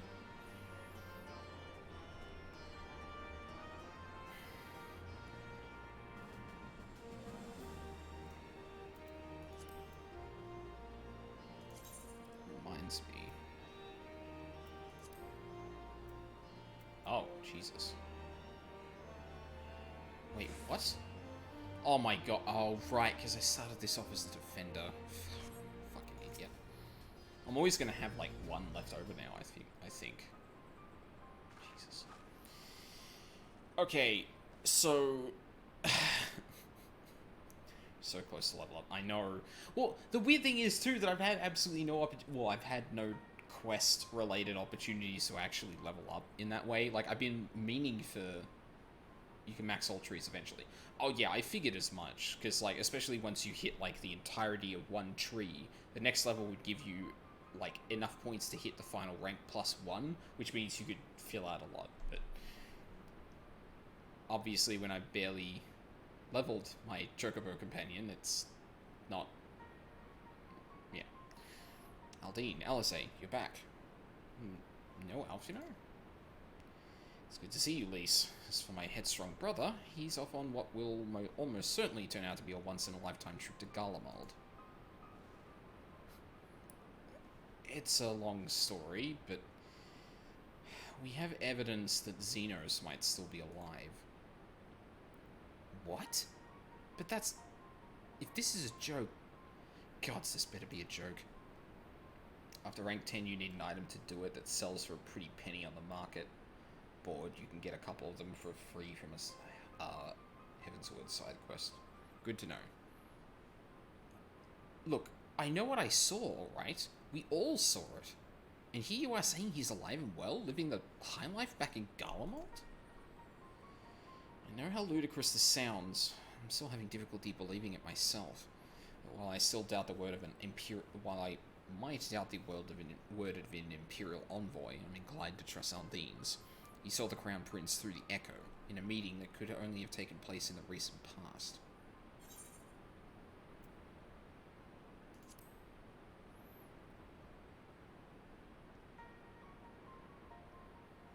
No. It must have been... I don't know... some kind of really convincing imposter? Xenos is dead. He had a great big hole in his neck. We buried him. Sorry? Oh, well... Oh, yeah, no, that would make sense. So, Ascian finds out that Xenos is dead, possesses his body, returns to Garlemald under the pretense that he's actually, like, heavily wounded and whatnot, and then, yeah, because that would establish, coming under the pretense that he was grievously wounded but not dead into the Empire helps them establish that, no, Xenos is actually alive and not just, you know, walking around. Aye. Someone went to the trouble of desecrating the bastard's grave, remember? What? Those gilded halls. Whatever are you talking about? Who's that? Oh. Hey, Thancred. Thancred? What brings you to the Reach? Alfino had me lending a hand to the Saltery, keeping an eye on the rebuilding work and so on, just until operations were up and running. And now that they are, I thought I might look in on you before wending my weary way back to headquarters. Forgive me if I misheard, but is there a suggestion that the late Crown Prince could have gotten better? He's not quite dead. If so, might I suggest a quick look inside his coffin as our first order of business? Ugh. As much as I hated the man, it doesn't feel right defiling his grave. But if it will put this rumor to rest, I suppose we have to. And when there are no curious eyes about, if we can manage it.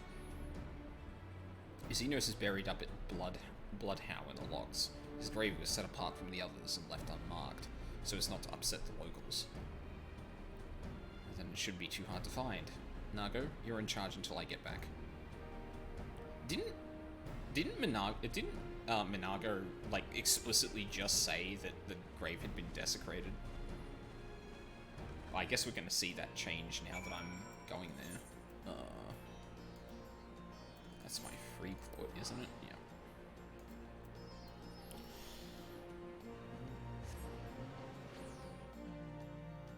Because, like, even this theme here is different from the other ones, but has the same motif. So, like, I could easily believe that the intention was just to tie the expansions together, but obviously it, you know, it still really seems like, oh no. That's not what I thought it was. Where's the Saltery again? Isn't it, like, just there? Oh, fuck, I wasn't meant to go in that direction.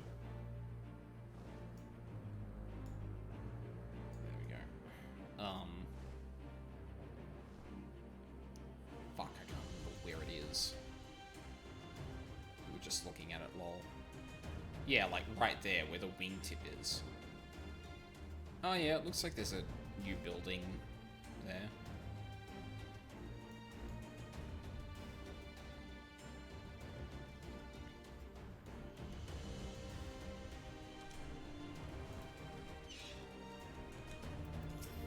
Oh man, we're actually gonna find out if this is true or not now.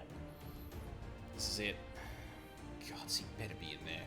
Someone scrawled all over the stone a while ago, but it had scrubbed off. Thought no. Someone scrawled all over the stone a while ago, but I had it scrubbed off. Thought no, none about it. So no one thought to check if the coffin was still occupied?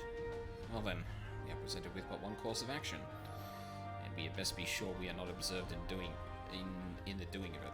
Shall we begin? Who gives a shit? Like, no one would give a shit if we desecrated fucking Xenos' grave. Oh, well, no, I guess, like, showing that it is Xenos would probably, yeah. Oh dear. We seem to be missing a corpse. Well. Yeah, no. Oh, well, yeah, that too.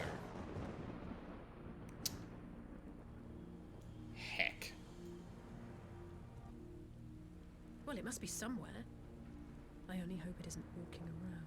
I mean, from all reports we know of, it is walking around.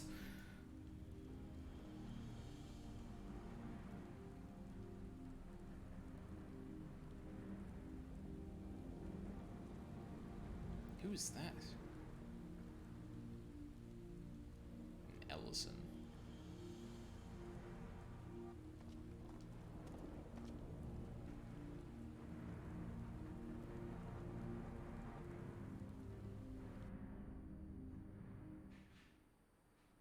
Okay.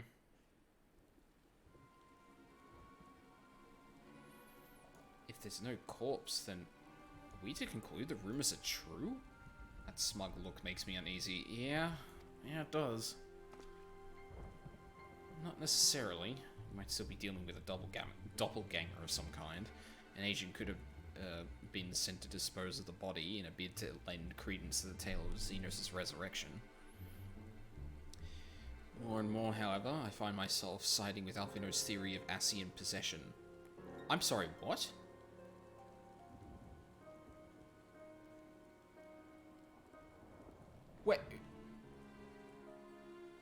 Wait a minute. Alphino only said something about Ascian involvement.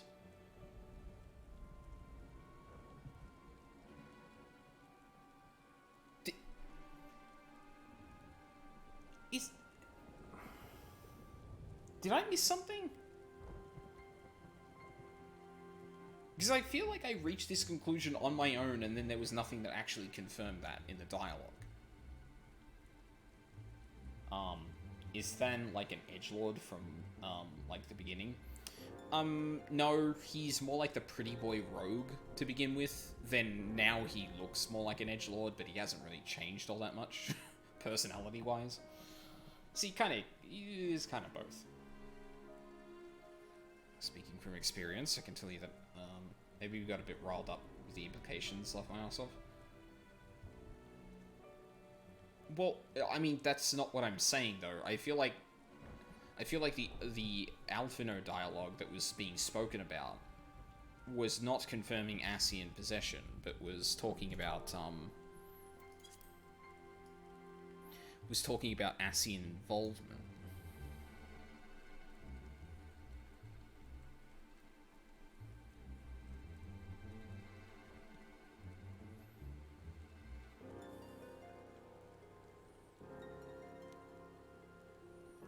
Imposter or no, if Xenos was instructing Ashai on the finer points of ritual summoning, then experience tells me there is an Ascian waiting in the wings. Without our knowledge and expertise...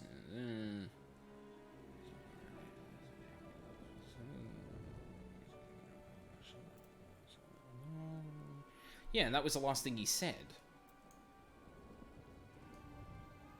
Like, unless the dialogue is about to continue and tell me why that is actually the case, I feel like this doesn't actually make sense, because I feel like Alphino didn't actually imply this theory. You're saying an Ascian is walking around in Xenos' body. That seems a distinct possibility. Once I have put this grave back the way we found it, I shall pay a visit to the people responsible for interring the Crown Prince. Before leaping to any conclusions, I want to know for sure if the body was ever buried here, and how certain we are that Xenos was properly dead. If he wasn't, that was some trick. He as good as cut his own head off. Anyway, Raban needs to hear about this. If you find out anything, send word to me at Ralgar's Reach.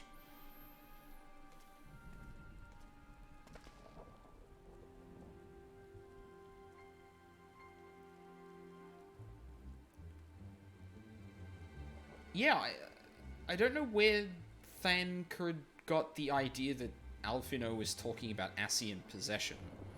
Like, it makes sense for him to bring it up, but, like, pointing to Alphino as, like, the progenitor of that theory is... unless there were quests in between the patches that I'm not aware of, I don't know. I don't know why I'm surprised. With matters settling in Doma, we were due another crisis. Shall we make for the Rising Stones, then? It's past time we shared these developments with the others.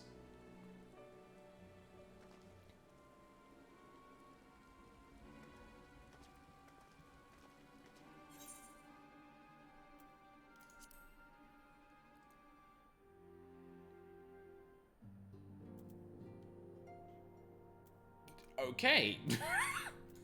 Sure. Oh, this is the same patch. Oh, okay. Well, interesting. While I was waiting for you to arrive, I spoke with Orionge over Link Pearl and gave him a full report. Y'shtola is on her way and should be here any... Ah. Ah.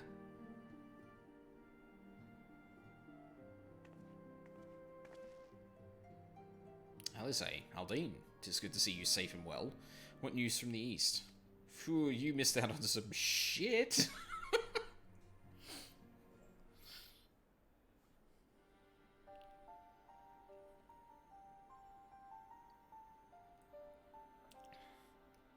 Disturbing developments indeed.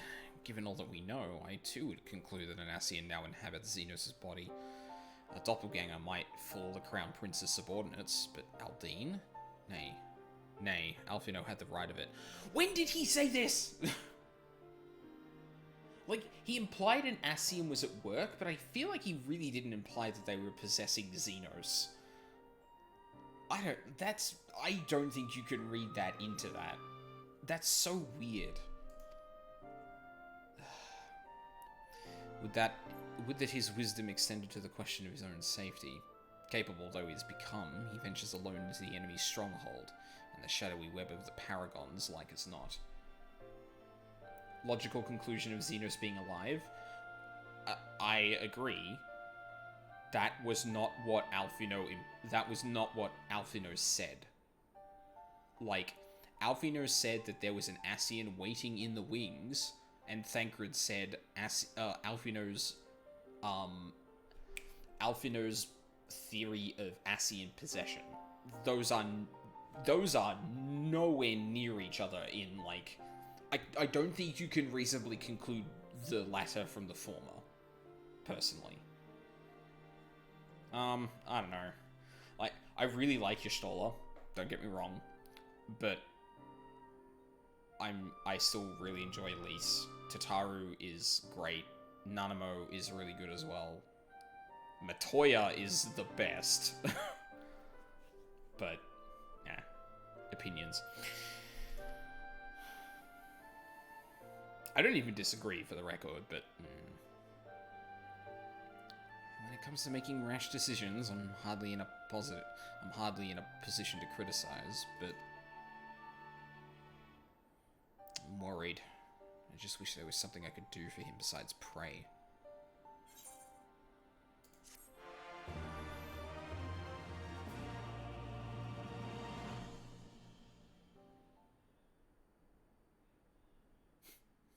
Meanwhile, with Alphino... Yeah, I thought as much. Well, maybe not explicitly with Alphino, but close enough.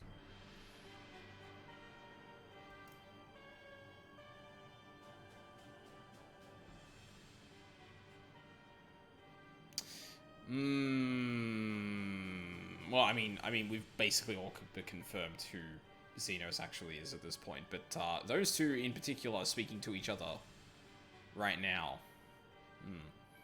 Cannot suffer icons to exist. Was I not clear on this point? More than clear. The icon in question was summarily dispatched by the Warrior of Light.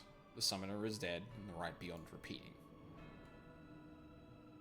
Everything proceeded according to plan, every party behaving exactly as required.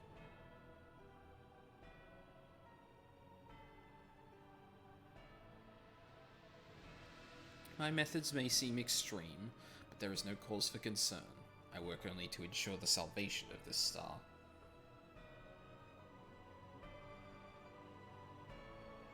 Oh, okay. I thought we were gonna see Alphino, not just, like, speak with fucking... Not have the villains twirl their beards. Or twirl their mustaches, rather.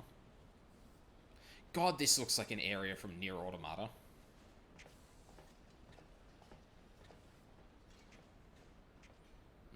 What are you doing fiddling with that thing? I asked you a question, soldier.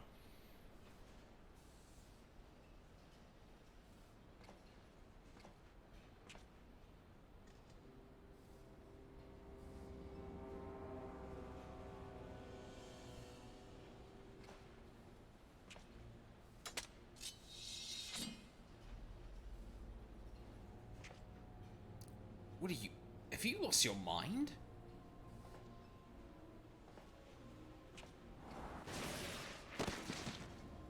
Are you fucking for real? Talk about going out like a fucking chump. Who the fuck are you? Katana-wielding soldier. I have lost many things, but my mind is yet my own. There upon the stage I stood, prepared to take my final bow, only to find that the finale was but an intermission.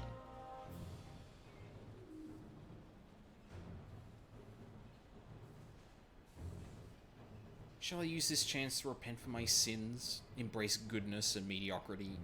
Nay, I think not. While the one I yearn to face yet lives, the hunt must go on.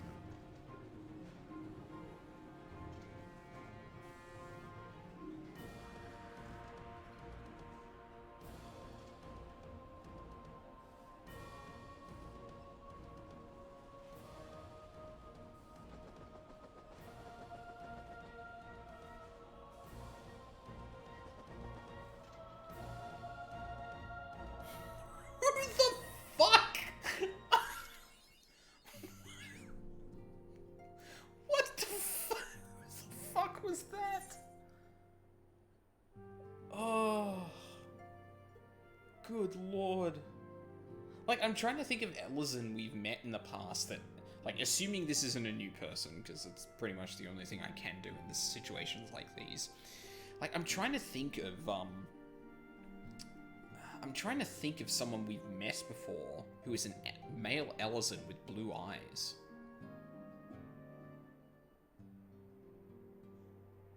Like, that situation was too snidely whiplash for, like, Astinian, who is the only other male Ellison with that generic face that I can think of. Or at least at the moment. It's obviously not Oriange, because he has different eyes. Whatever. Anyway. With thoughts of Alphino's plight weighing heavily on her mind, Alizé might welcome some company. Oh, actually, hang on a second. I need to check on something.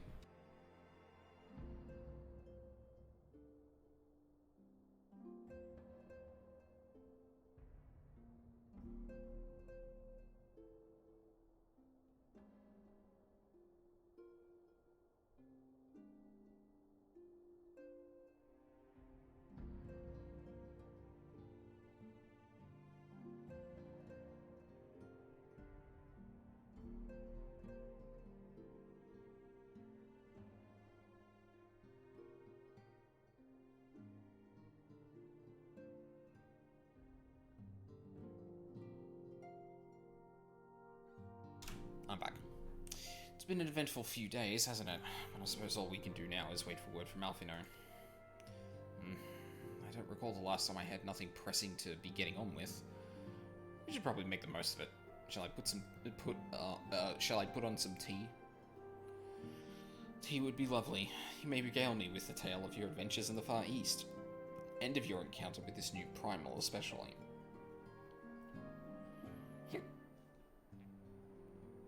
Ugh, excuse me.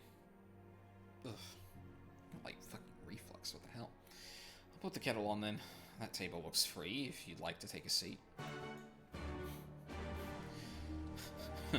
If this was part of a new patch or something, then it's like, first quest, sit at table.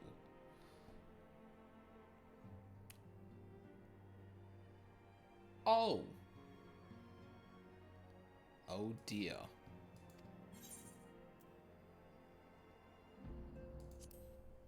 I think we've got enough time to do this. This might be the last thing we do tonight, but we'll see. Interesting. So this Tsukuyomi, was summoned in much the same manner as Susanoo, via the medium of a sacred relic. That's right. The prompt spawns so many emotions every time. Yeah, it's just like... Okay. That's right, they believe their gods, or kami, reside in physical objects. Given the danger they represent, it may behoove us to begin a catalogue of such relics, but if we are to contain the threat, we will require a better understanding of the summoning method itself. I believe I shall pay a visit to Doma and learn what I can on the subject. A fine idea, and I know for a fact that our friends in Doma would be grateful for any information which could help to prevent further summonings in the region. I will pen you a letter of introduction. Lord Hien will wish to welcome our resident expert on aetherology. Greetings. Could it be that I'm in time for tea? It certainly looks that way. Come on, sit down and tell us about how your investigation went. Can't show Thancred sitting down, so we have to cut away.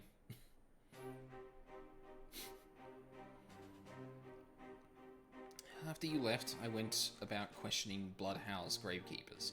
They all told me the same story. Once Lise and her officers confirmed Xenos dead, his corpse was interred under strict supervision. There seems little reason to doubt their testimony at that point, but when I mentioned the defacement of Xenos' grave, accounts grew rather more vague. None reported having seen any suspicious persons in the vicinity, and all assumed the act to have been perpetrated by a vengeful Alamegan. Crucially, however, I was able to confirm that when the offending scroll was removed, as per Lisa's instructions, no one involved thought to check the contents of the coffin. By that stage, 'tis like the corpse was already missing. Assuming Xenos has not, in fact, risen from the dead, we are left with two possibilities. Either the body was disposed of to lend credence to the claims of an extremely committed impostor, or an Ascian has taken up residence within it.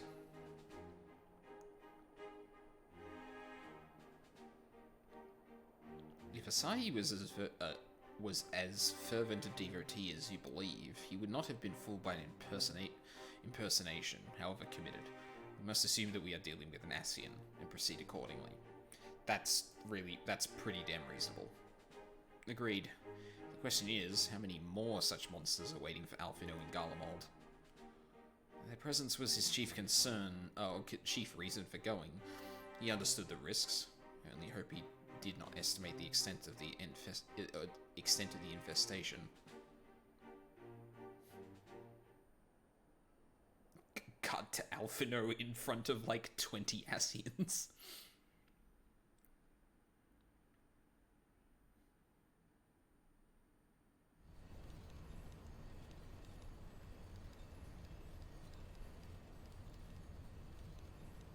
So a completely random aircraft as far as we're concerned. Oh, no, the one that Maxima was part of. Oh, so Alphino, we are making good speed towards our destination. Is aught amiss? Nay, 'tis just... I can see naught from my cabin. I was curious to know the land over which we flew. Ah, I'm afraid our military craft are built with little thought for such niceties. I'm happy to indulge your curiosity, however. We are presently passing over the burn on the western edge of Othard. Even with the benefit of a porthole, your gaze would have been greeted with naught but malms upon malms of lifeless earth. I have read something of the burn. It was described as a desolate wasteland, bled dry of every last drop of ether. Aye, it is believed that a succession of icon summonings was responsible. Oh!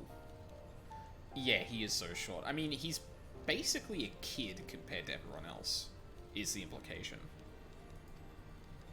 When Emperor Solus first came to Othard and beheld this blight, he is said to have reeled at the scale of the devastation. He declared icons a threat to our very star's existence and issued an empire-wide decree ordering the eradication of all such entities. Yeah, he's like 17.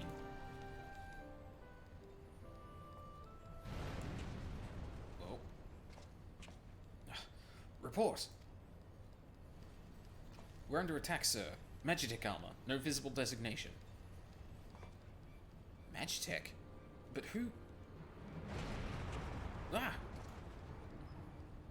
All cannons, return fire. Damage report.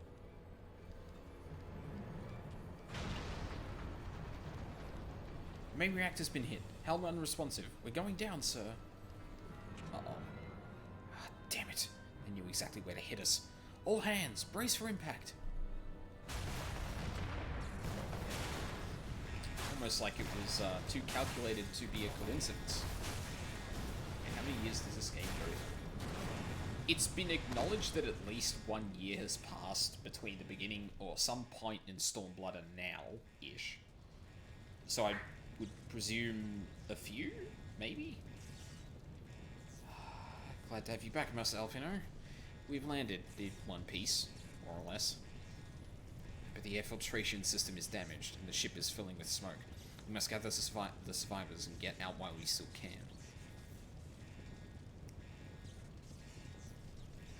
Don't say that. I...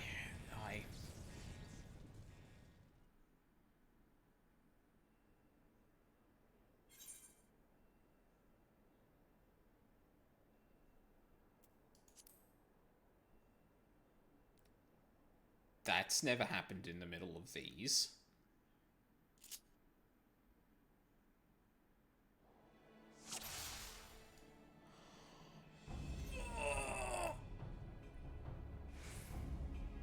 Myself, you know, when I asked you to search for survivors, I was... Holy fucking shit!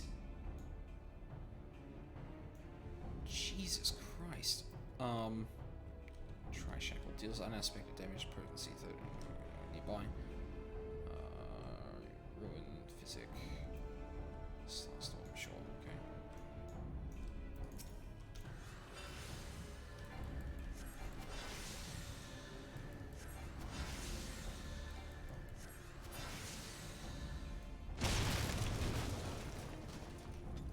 Oh yeah, so this is... Hey! This is how you use Alphino. Revive the wounded soldier? Oh. Burn. Yeah. This place is... This place is just... It's not even sand. Good lord.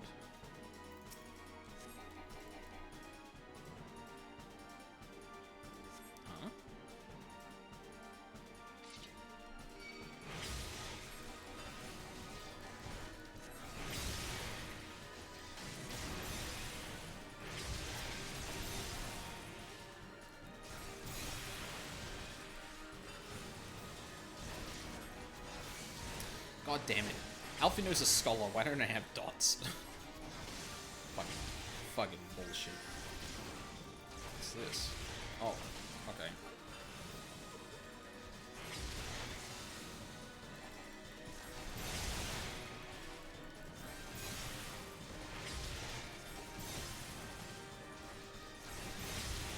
I'm gonna run out of fucking mana. I don't think I have a way of actually... Oh no, that just has a gigantic EP cost. Okay, right. Never mind.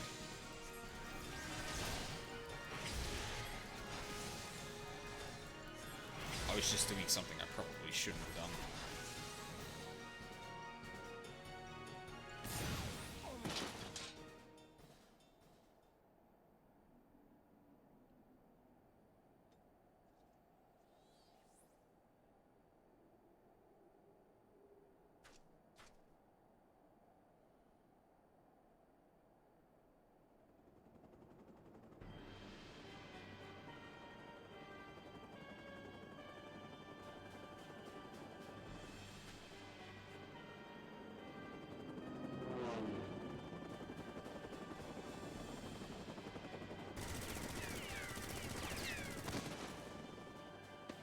Wow, they suck.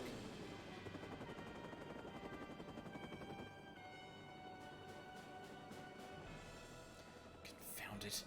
Not here. Not like this.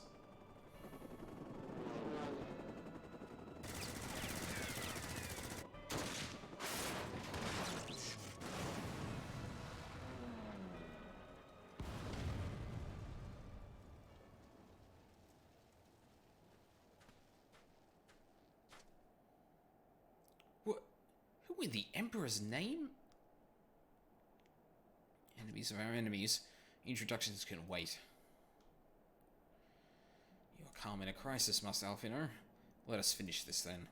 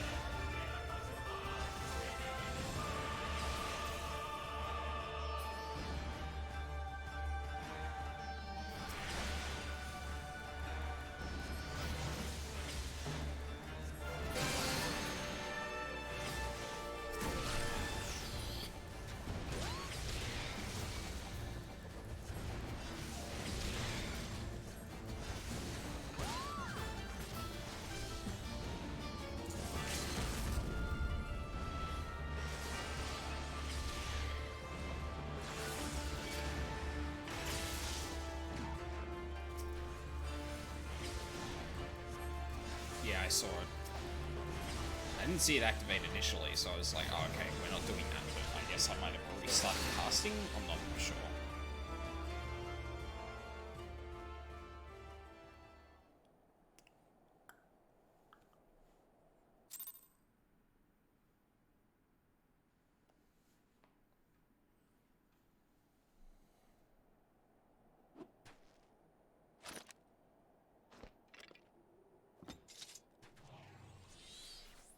So the leader is a Garlean. They've got the third eye, so... My thanks. Your intervention proved most timely.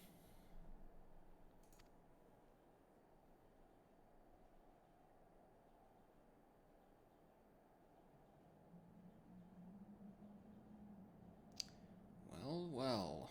Did not think to meet an Eorzean in this place, let alone a Scion. You know of me, sir?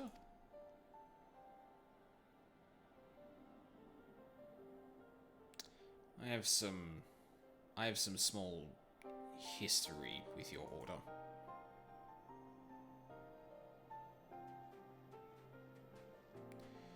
But I would speak at the present. Know you your assailants, and the severity of your predicament? The soldiers bore the insignia of the Emperor's personal guard. And I could venture a guess as to their motive, but you yet have us at a disadvantage, sir. Will you not tell us who you are?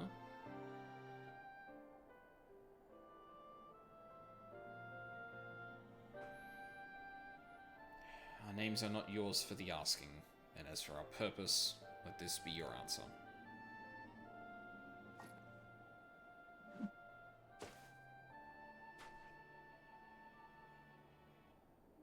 Ascian mask. The face of our prey.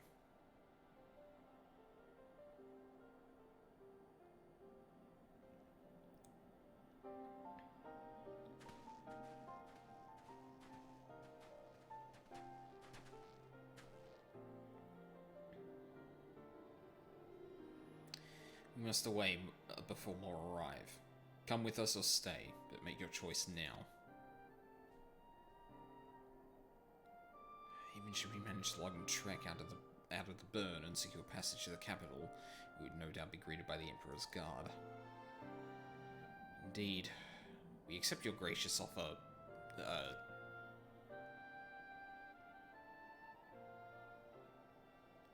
Shadowhunter will suffice for the present.